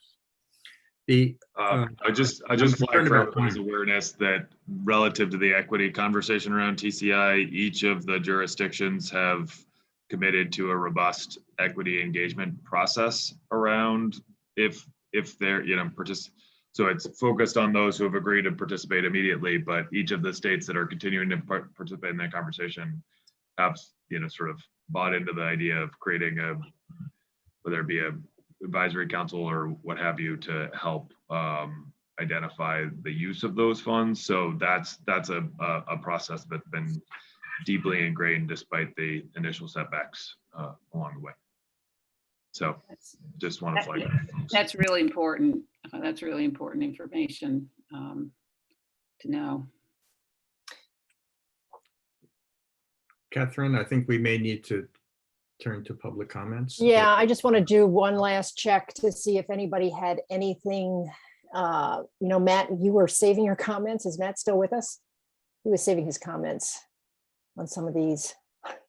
And wanted to give you a chance. Did you have anything is this particularly the area you wanted to weigh in on? Yeah, so are we open public comment here? Okay, yes. So before we do that, just let me ask the subcommittee if there is anything here that you see is missing.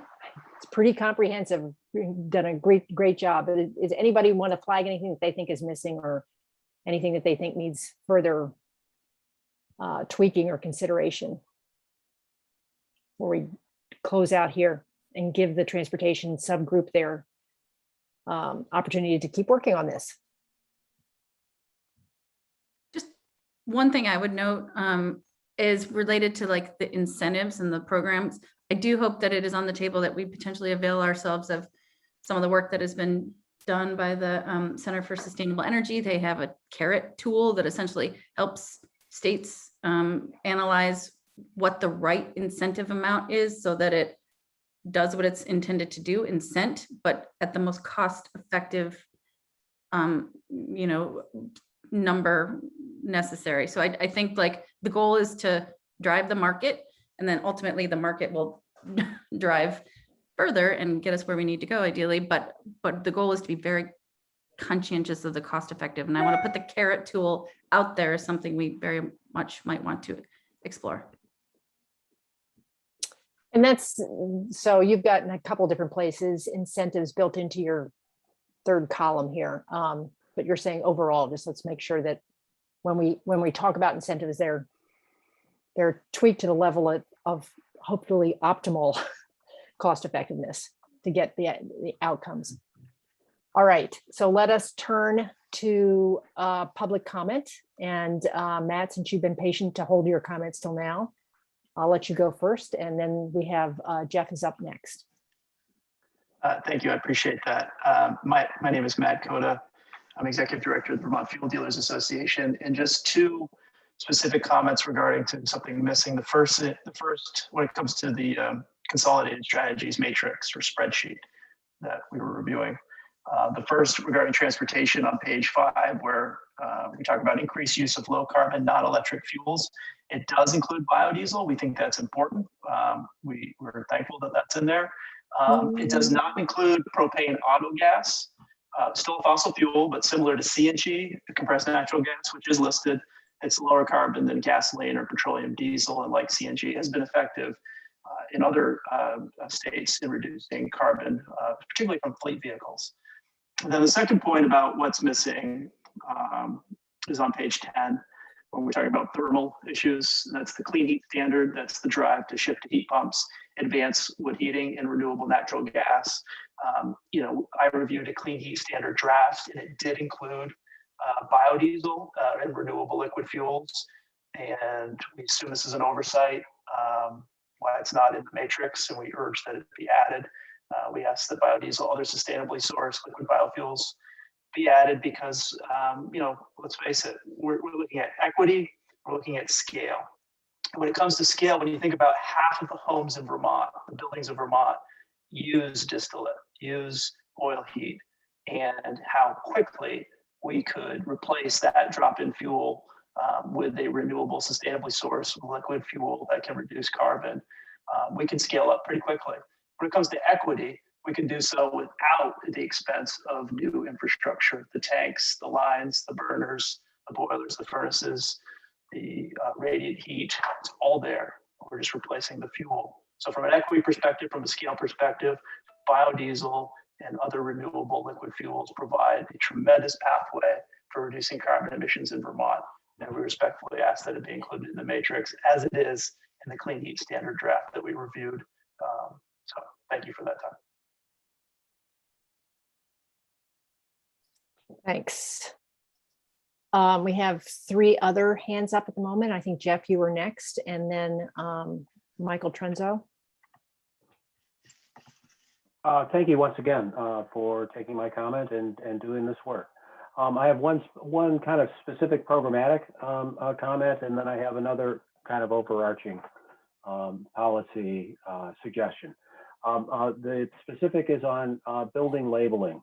I think that one market mechanism that could cross both existing homes and new homes is if each of the, at any time of sale transaction, the building was energy efficiency or energy use was included in the transaction in some way through building labeling. I think that might be a useful market mechanism.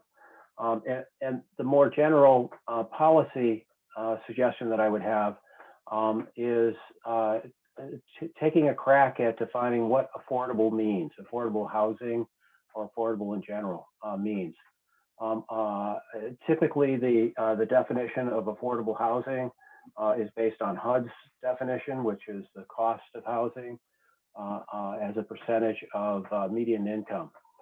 And it doesn't take into consideration the operating costs of the building, the energy costs of the building, and it also doesn't take into consider potential transportation costs. There's a tool that looks at housing and transportation costs as a kind of overall affordability concern.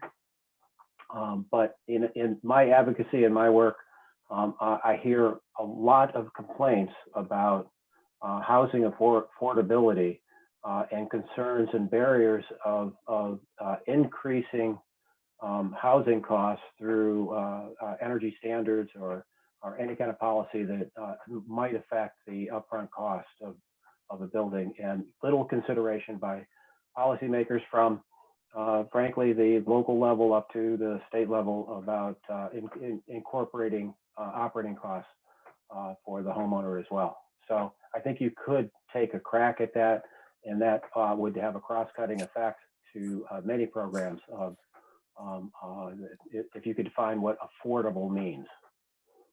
Thank you.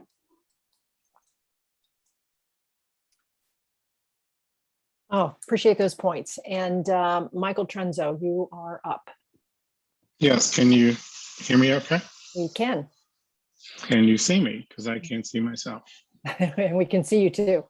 Okay, thank you. I'm with the firm of Schenker, Russo, and Clark in New York, and we represent the National Biodiesel Board in New York and throughout New England. NDB, as it's known, is the National Trade Association for Biodiesel, Renewable Diesel, and Sustainable Jet Fuel Producers. Your audio is breaking up a bit. I don't know, for me, I'm assuming for others.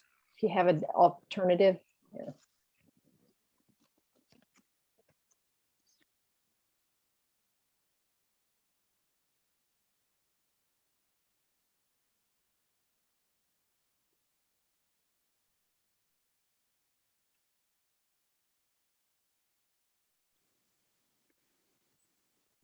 Now you're frozen. How's that? Oh, there you go. Great. Okay, sorry about that. So as I was mentioning, our firm represents the National Biodiesel Board, which is the domestic producers of biodiesel, renewable diesel, and sustainable jet fuel in the U.S. But we also work closely with Matt Coda and the Vermont Fuel Dealers Association. And a couple of months earlier, we had the opportunity to meet with the Clean Heat Working Group. And I noticed that in your thermal strategies for space heating, included in it is renewable natural gas and wood pellets, but not biodiesel. So one thing I wanted to mention was that in the past several months, the states of New York, Connecticut, and Rhode Island have all passed biodiesel blending requirements for space heating to help them meet their climate goals. All those bills are awaiting gubernatorial action and are all expected to be signed into law. New York will move to a 20% biodiesel requirement by 2030, Connecticut a 50% biodiesel requirement by 2035, and Rhode Island will be a 50% biodiesel requirement by 2030. So as Matt has spoken about it, biodiesel is a clean burning replacement for heating oil. On average, it reduces CO2 emissions by 74%. It can be used in current home heating appliances with little or no technical adjustments at higher blends up to 50%. There's no additional cost to the consumer for using biodiesel versus heating oil. That's sort of charted by NYSERDA in New York, the New York State Energy Research Development Authority. We've tracked pricing since 2012, actually, when they first started using biodiesel. So when you look at, the thermal heating sector for those homes, instead of necessarily looking to change them to heat pumps or other technology, this is a seamless, no-cost solution, simply switching out the fuel for those homes. And given its aspects of how it's used for low and moderate income and disadvantaged communities, it's very much a solution that a number of folks are looking at.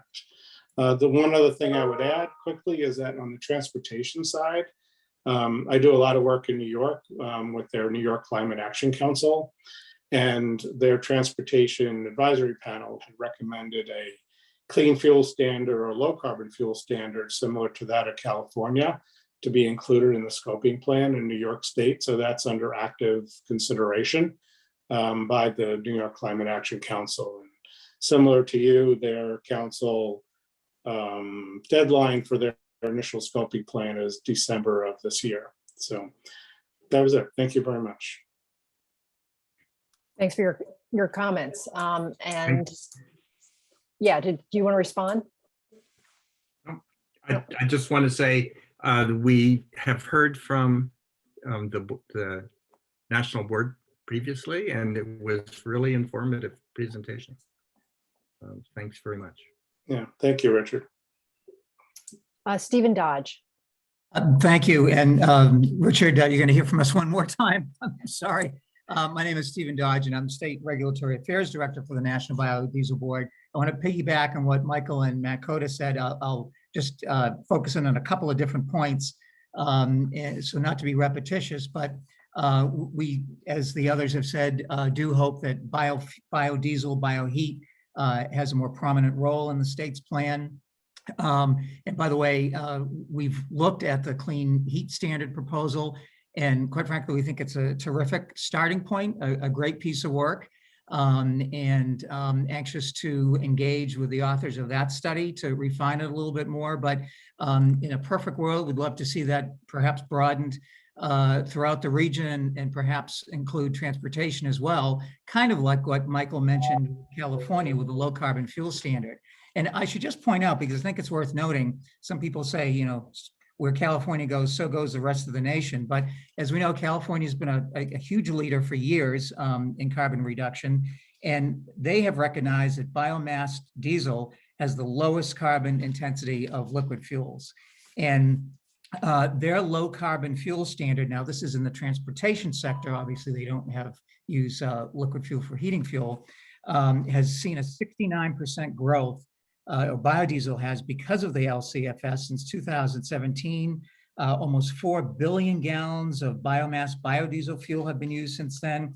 Biomass biodiesel is now about a quarter of the entire diesel pool in California, and it's reduced emissions to the equivalent of about removing 1 million vehicles from the road. So it's been successful there. They have recognized it.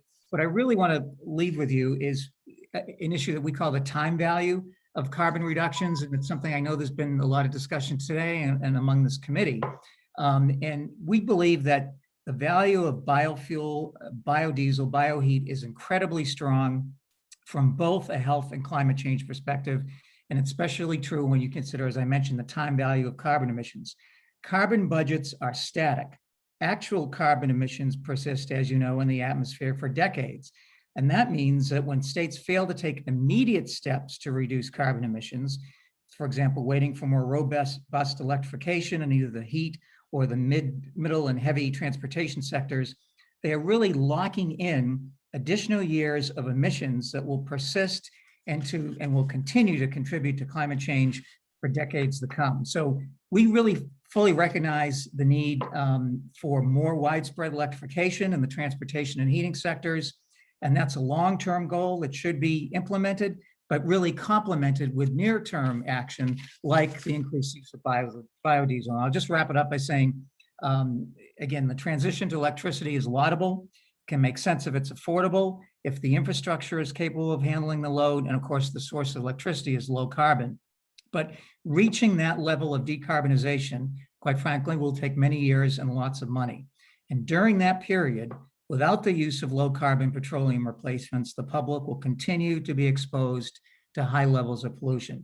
So during that gradual transition, it seems to make sense for the state to pursue on a parallel track the broadest possible decarbonization of the existing heating sector, including heating households with biodiesel blends that can lower life cycle carbon emissions by up to 80% and provide substantial health benefits, especially to low and disadvantaged communities. It's a drop-in fuel that's available right now. So we hope particularly it is considered as a near-term solution in the state's plan. So thank you very much.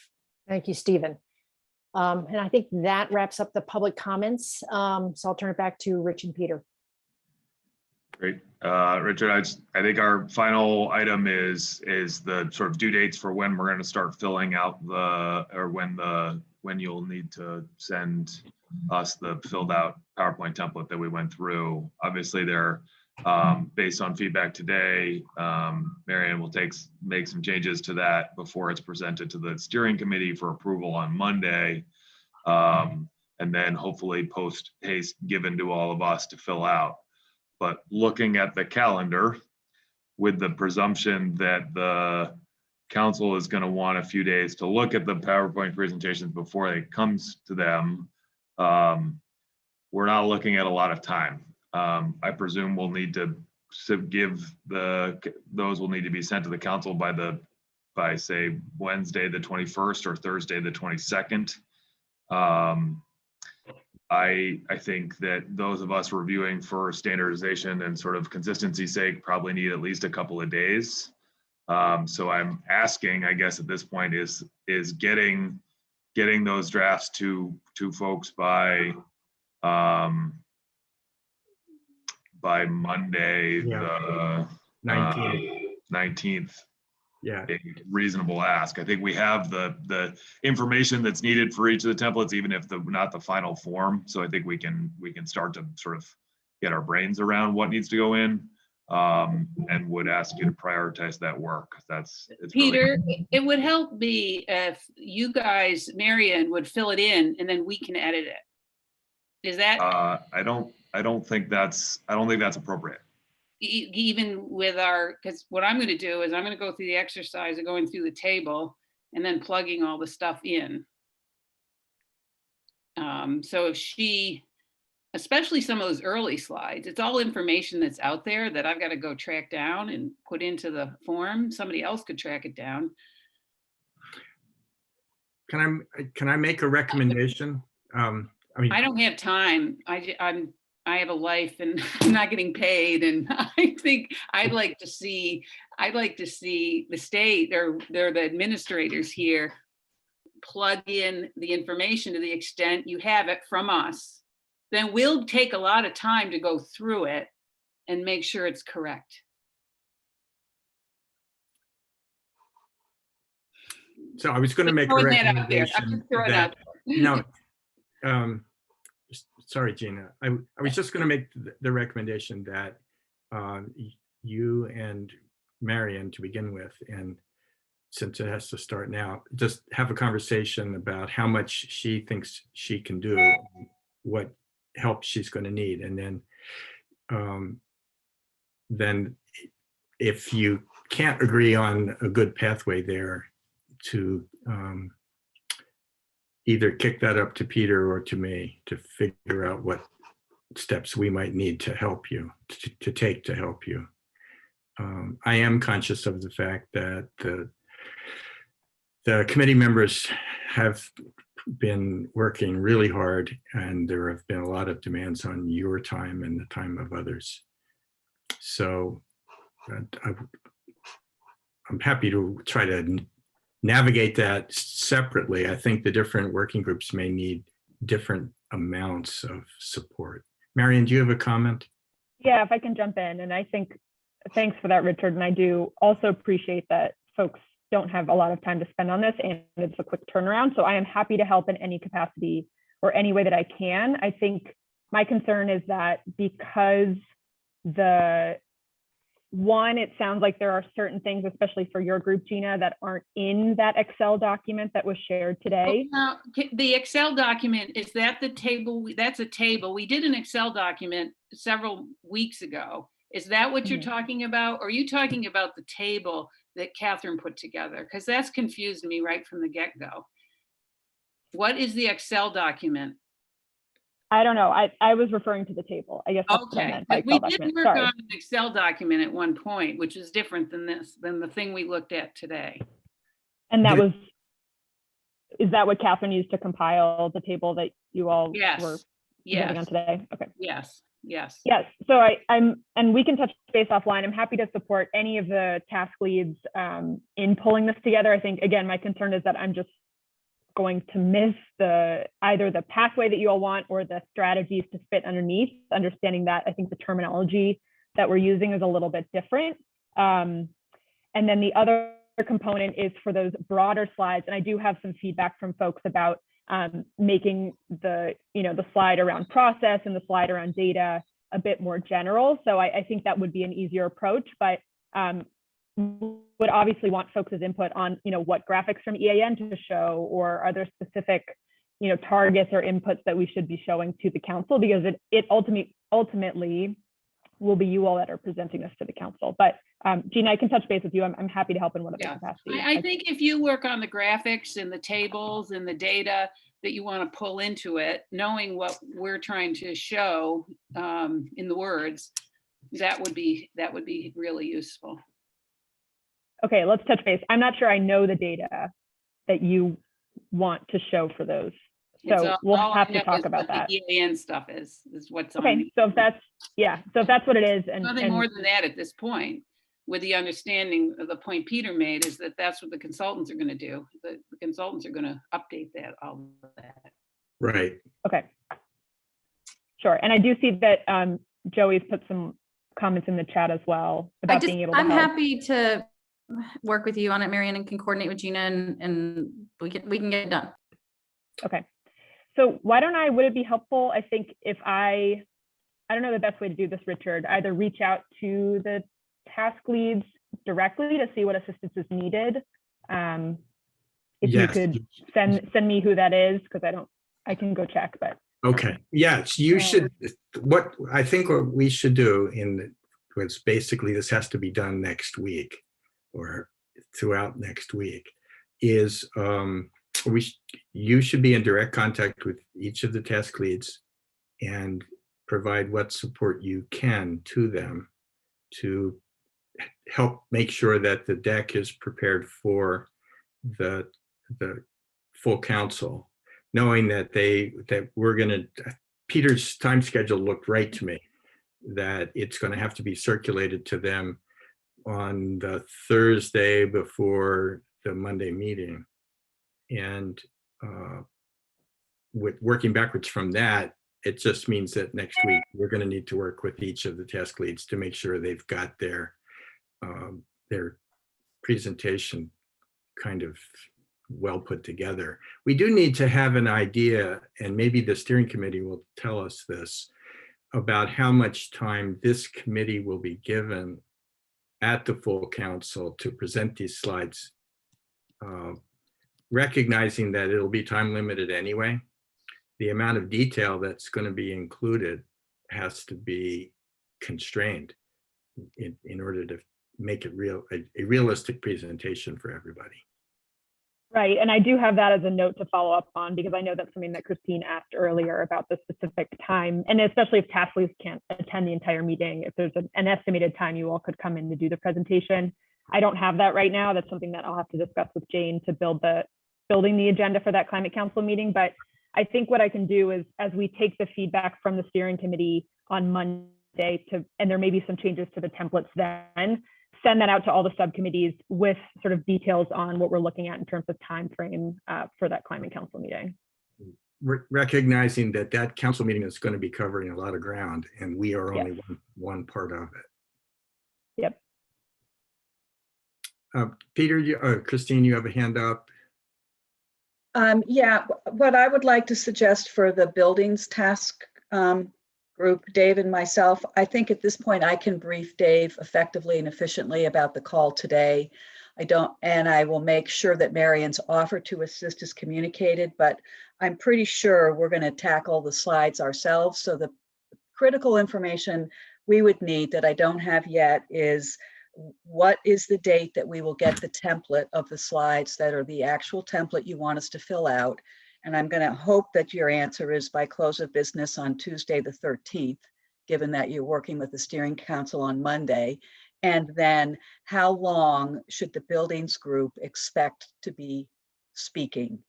And, I don't care what the answer is. I just need to know what the answer is, because then we know what we're designing for. So those are the two critical pieces of information.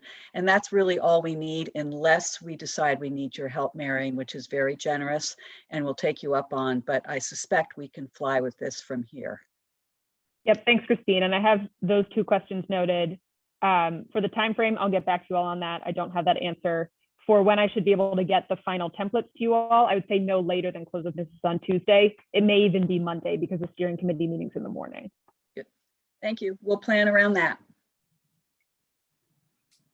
Anything further from anybody? Peter, anything more on schedule and next steps? I think that's the key piece, and then we can run through. We're hoping to bring Cadmus into our next meeting for a longer discussion on the 22nd, and we can run through the slides just so everybody knows what's coming, as they'll be complete by then. And we will more come on what looks like the agenda for the next meeting. But thank you all. Thanks for sticking around for a few extra minutes. This is important to get to. All right, thanks everybody. I Our business is concluded. We're adjourned, and thank you again very much. Bye.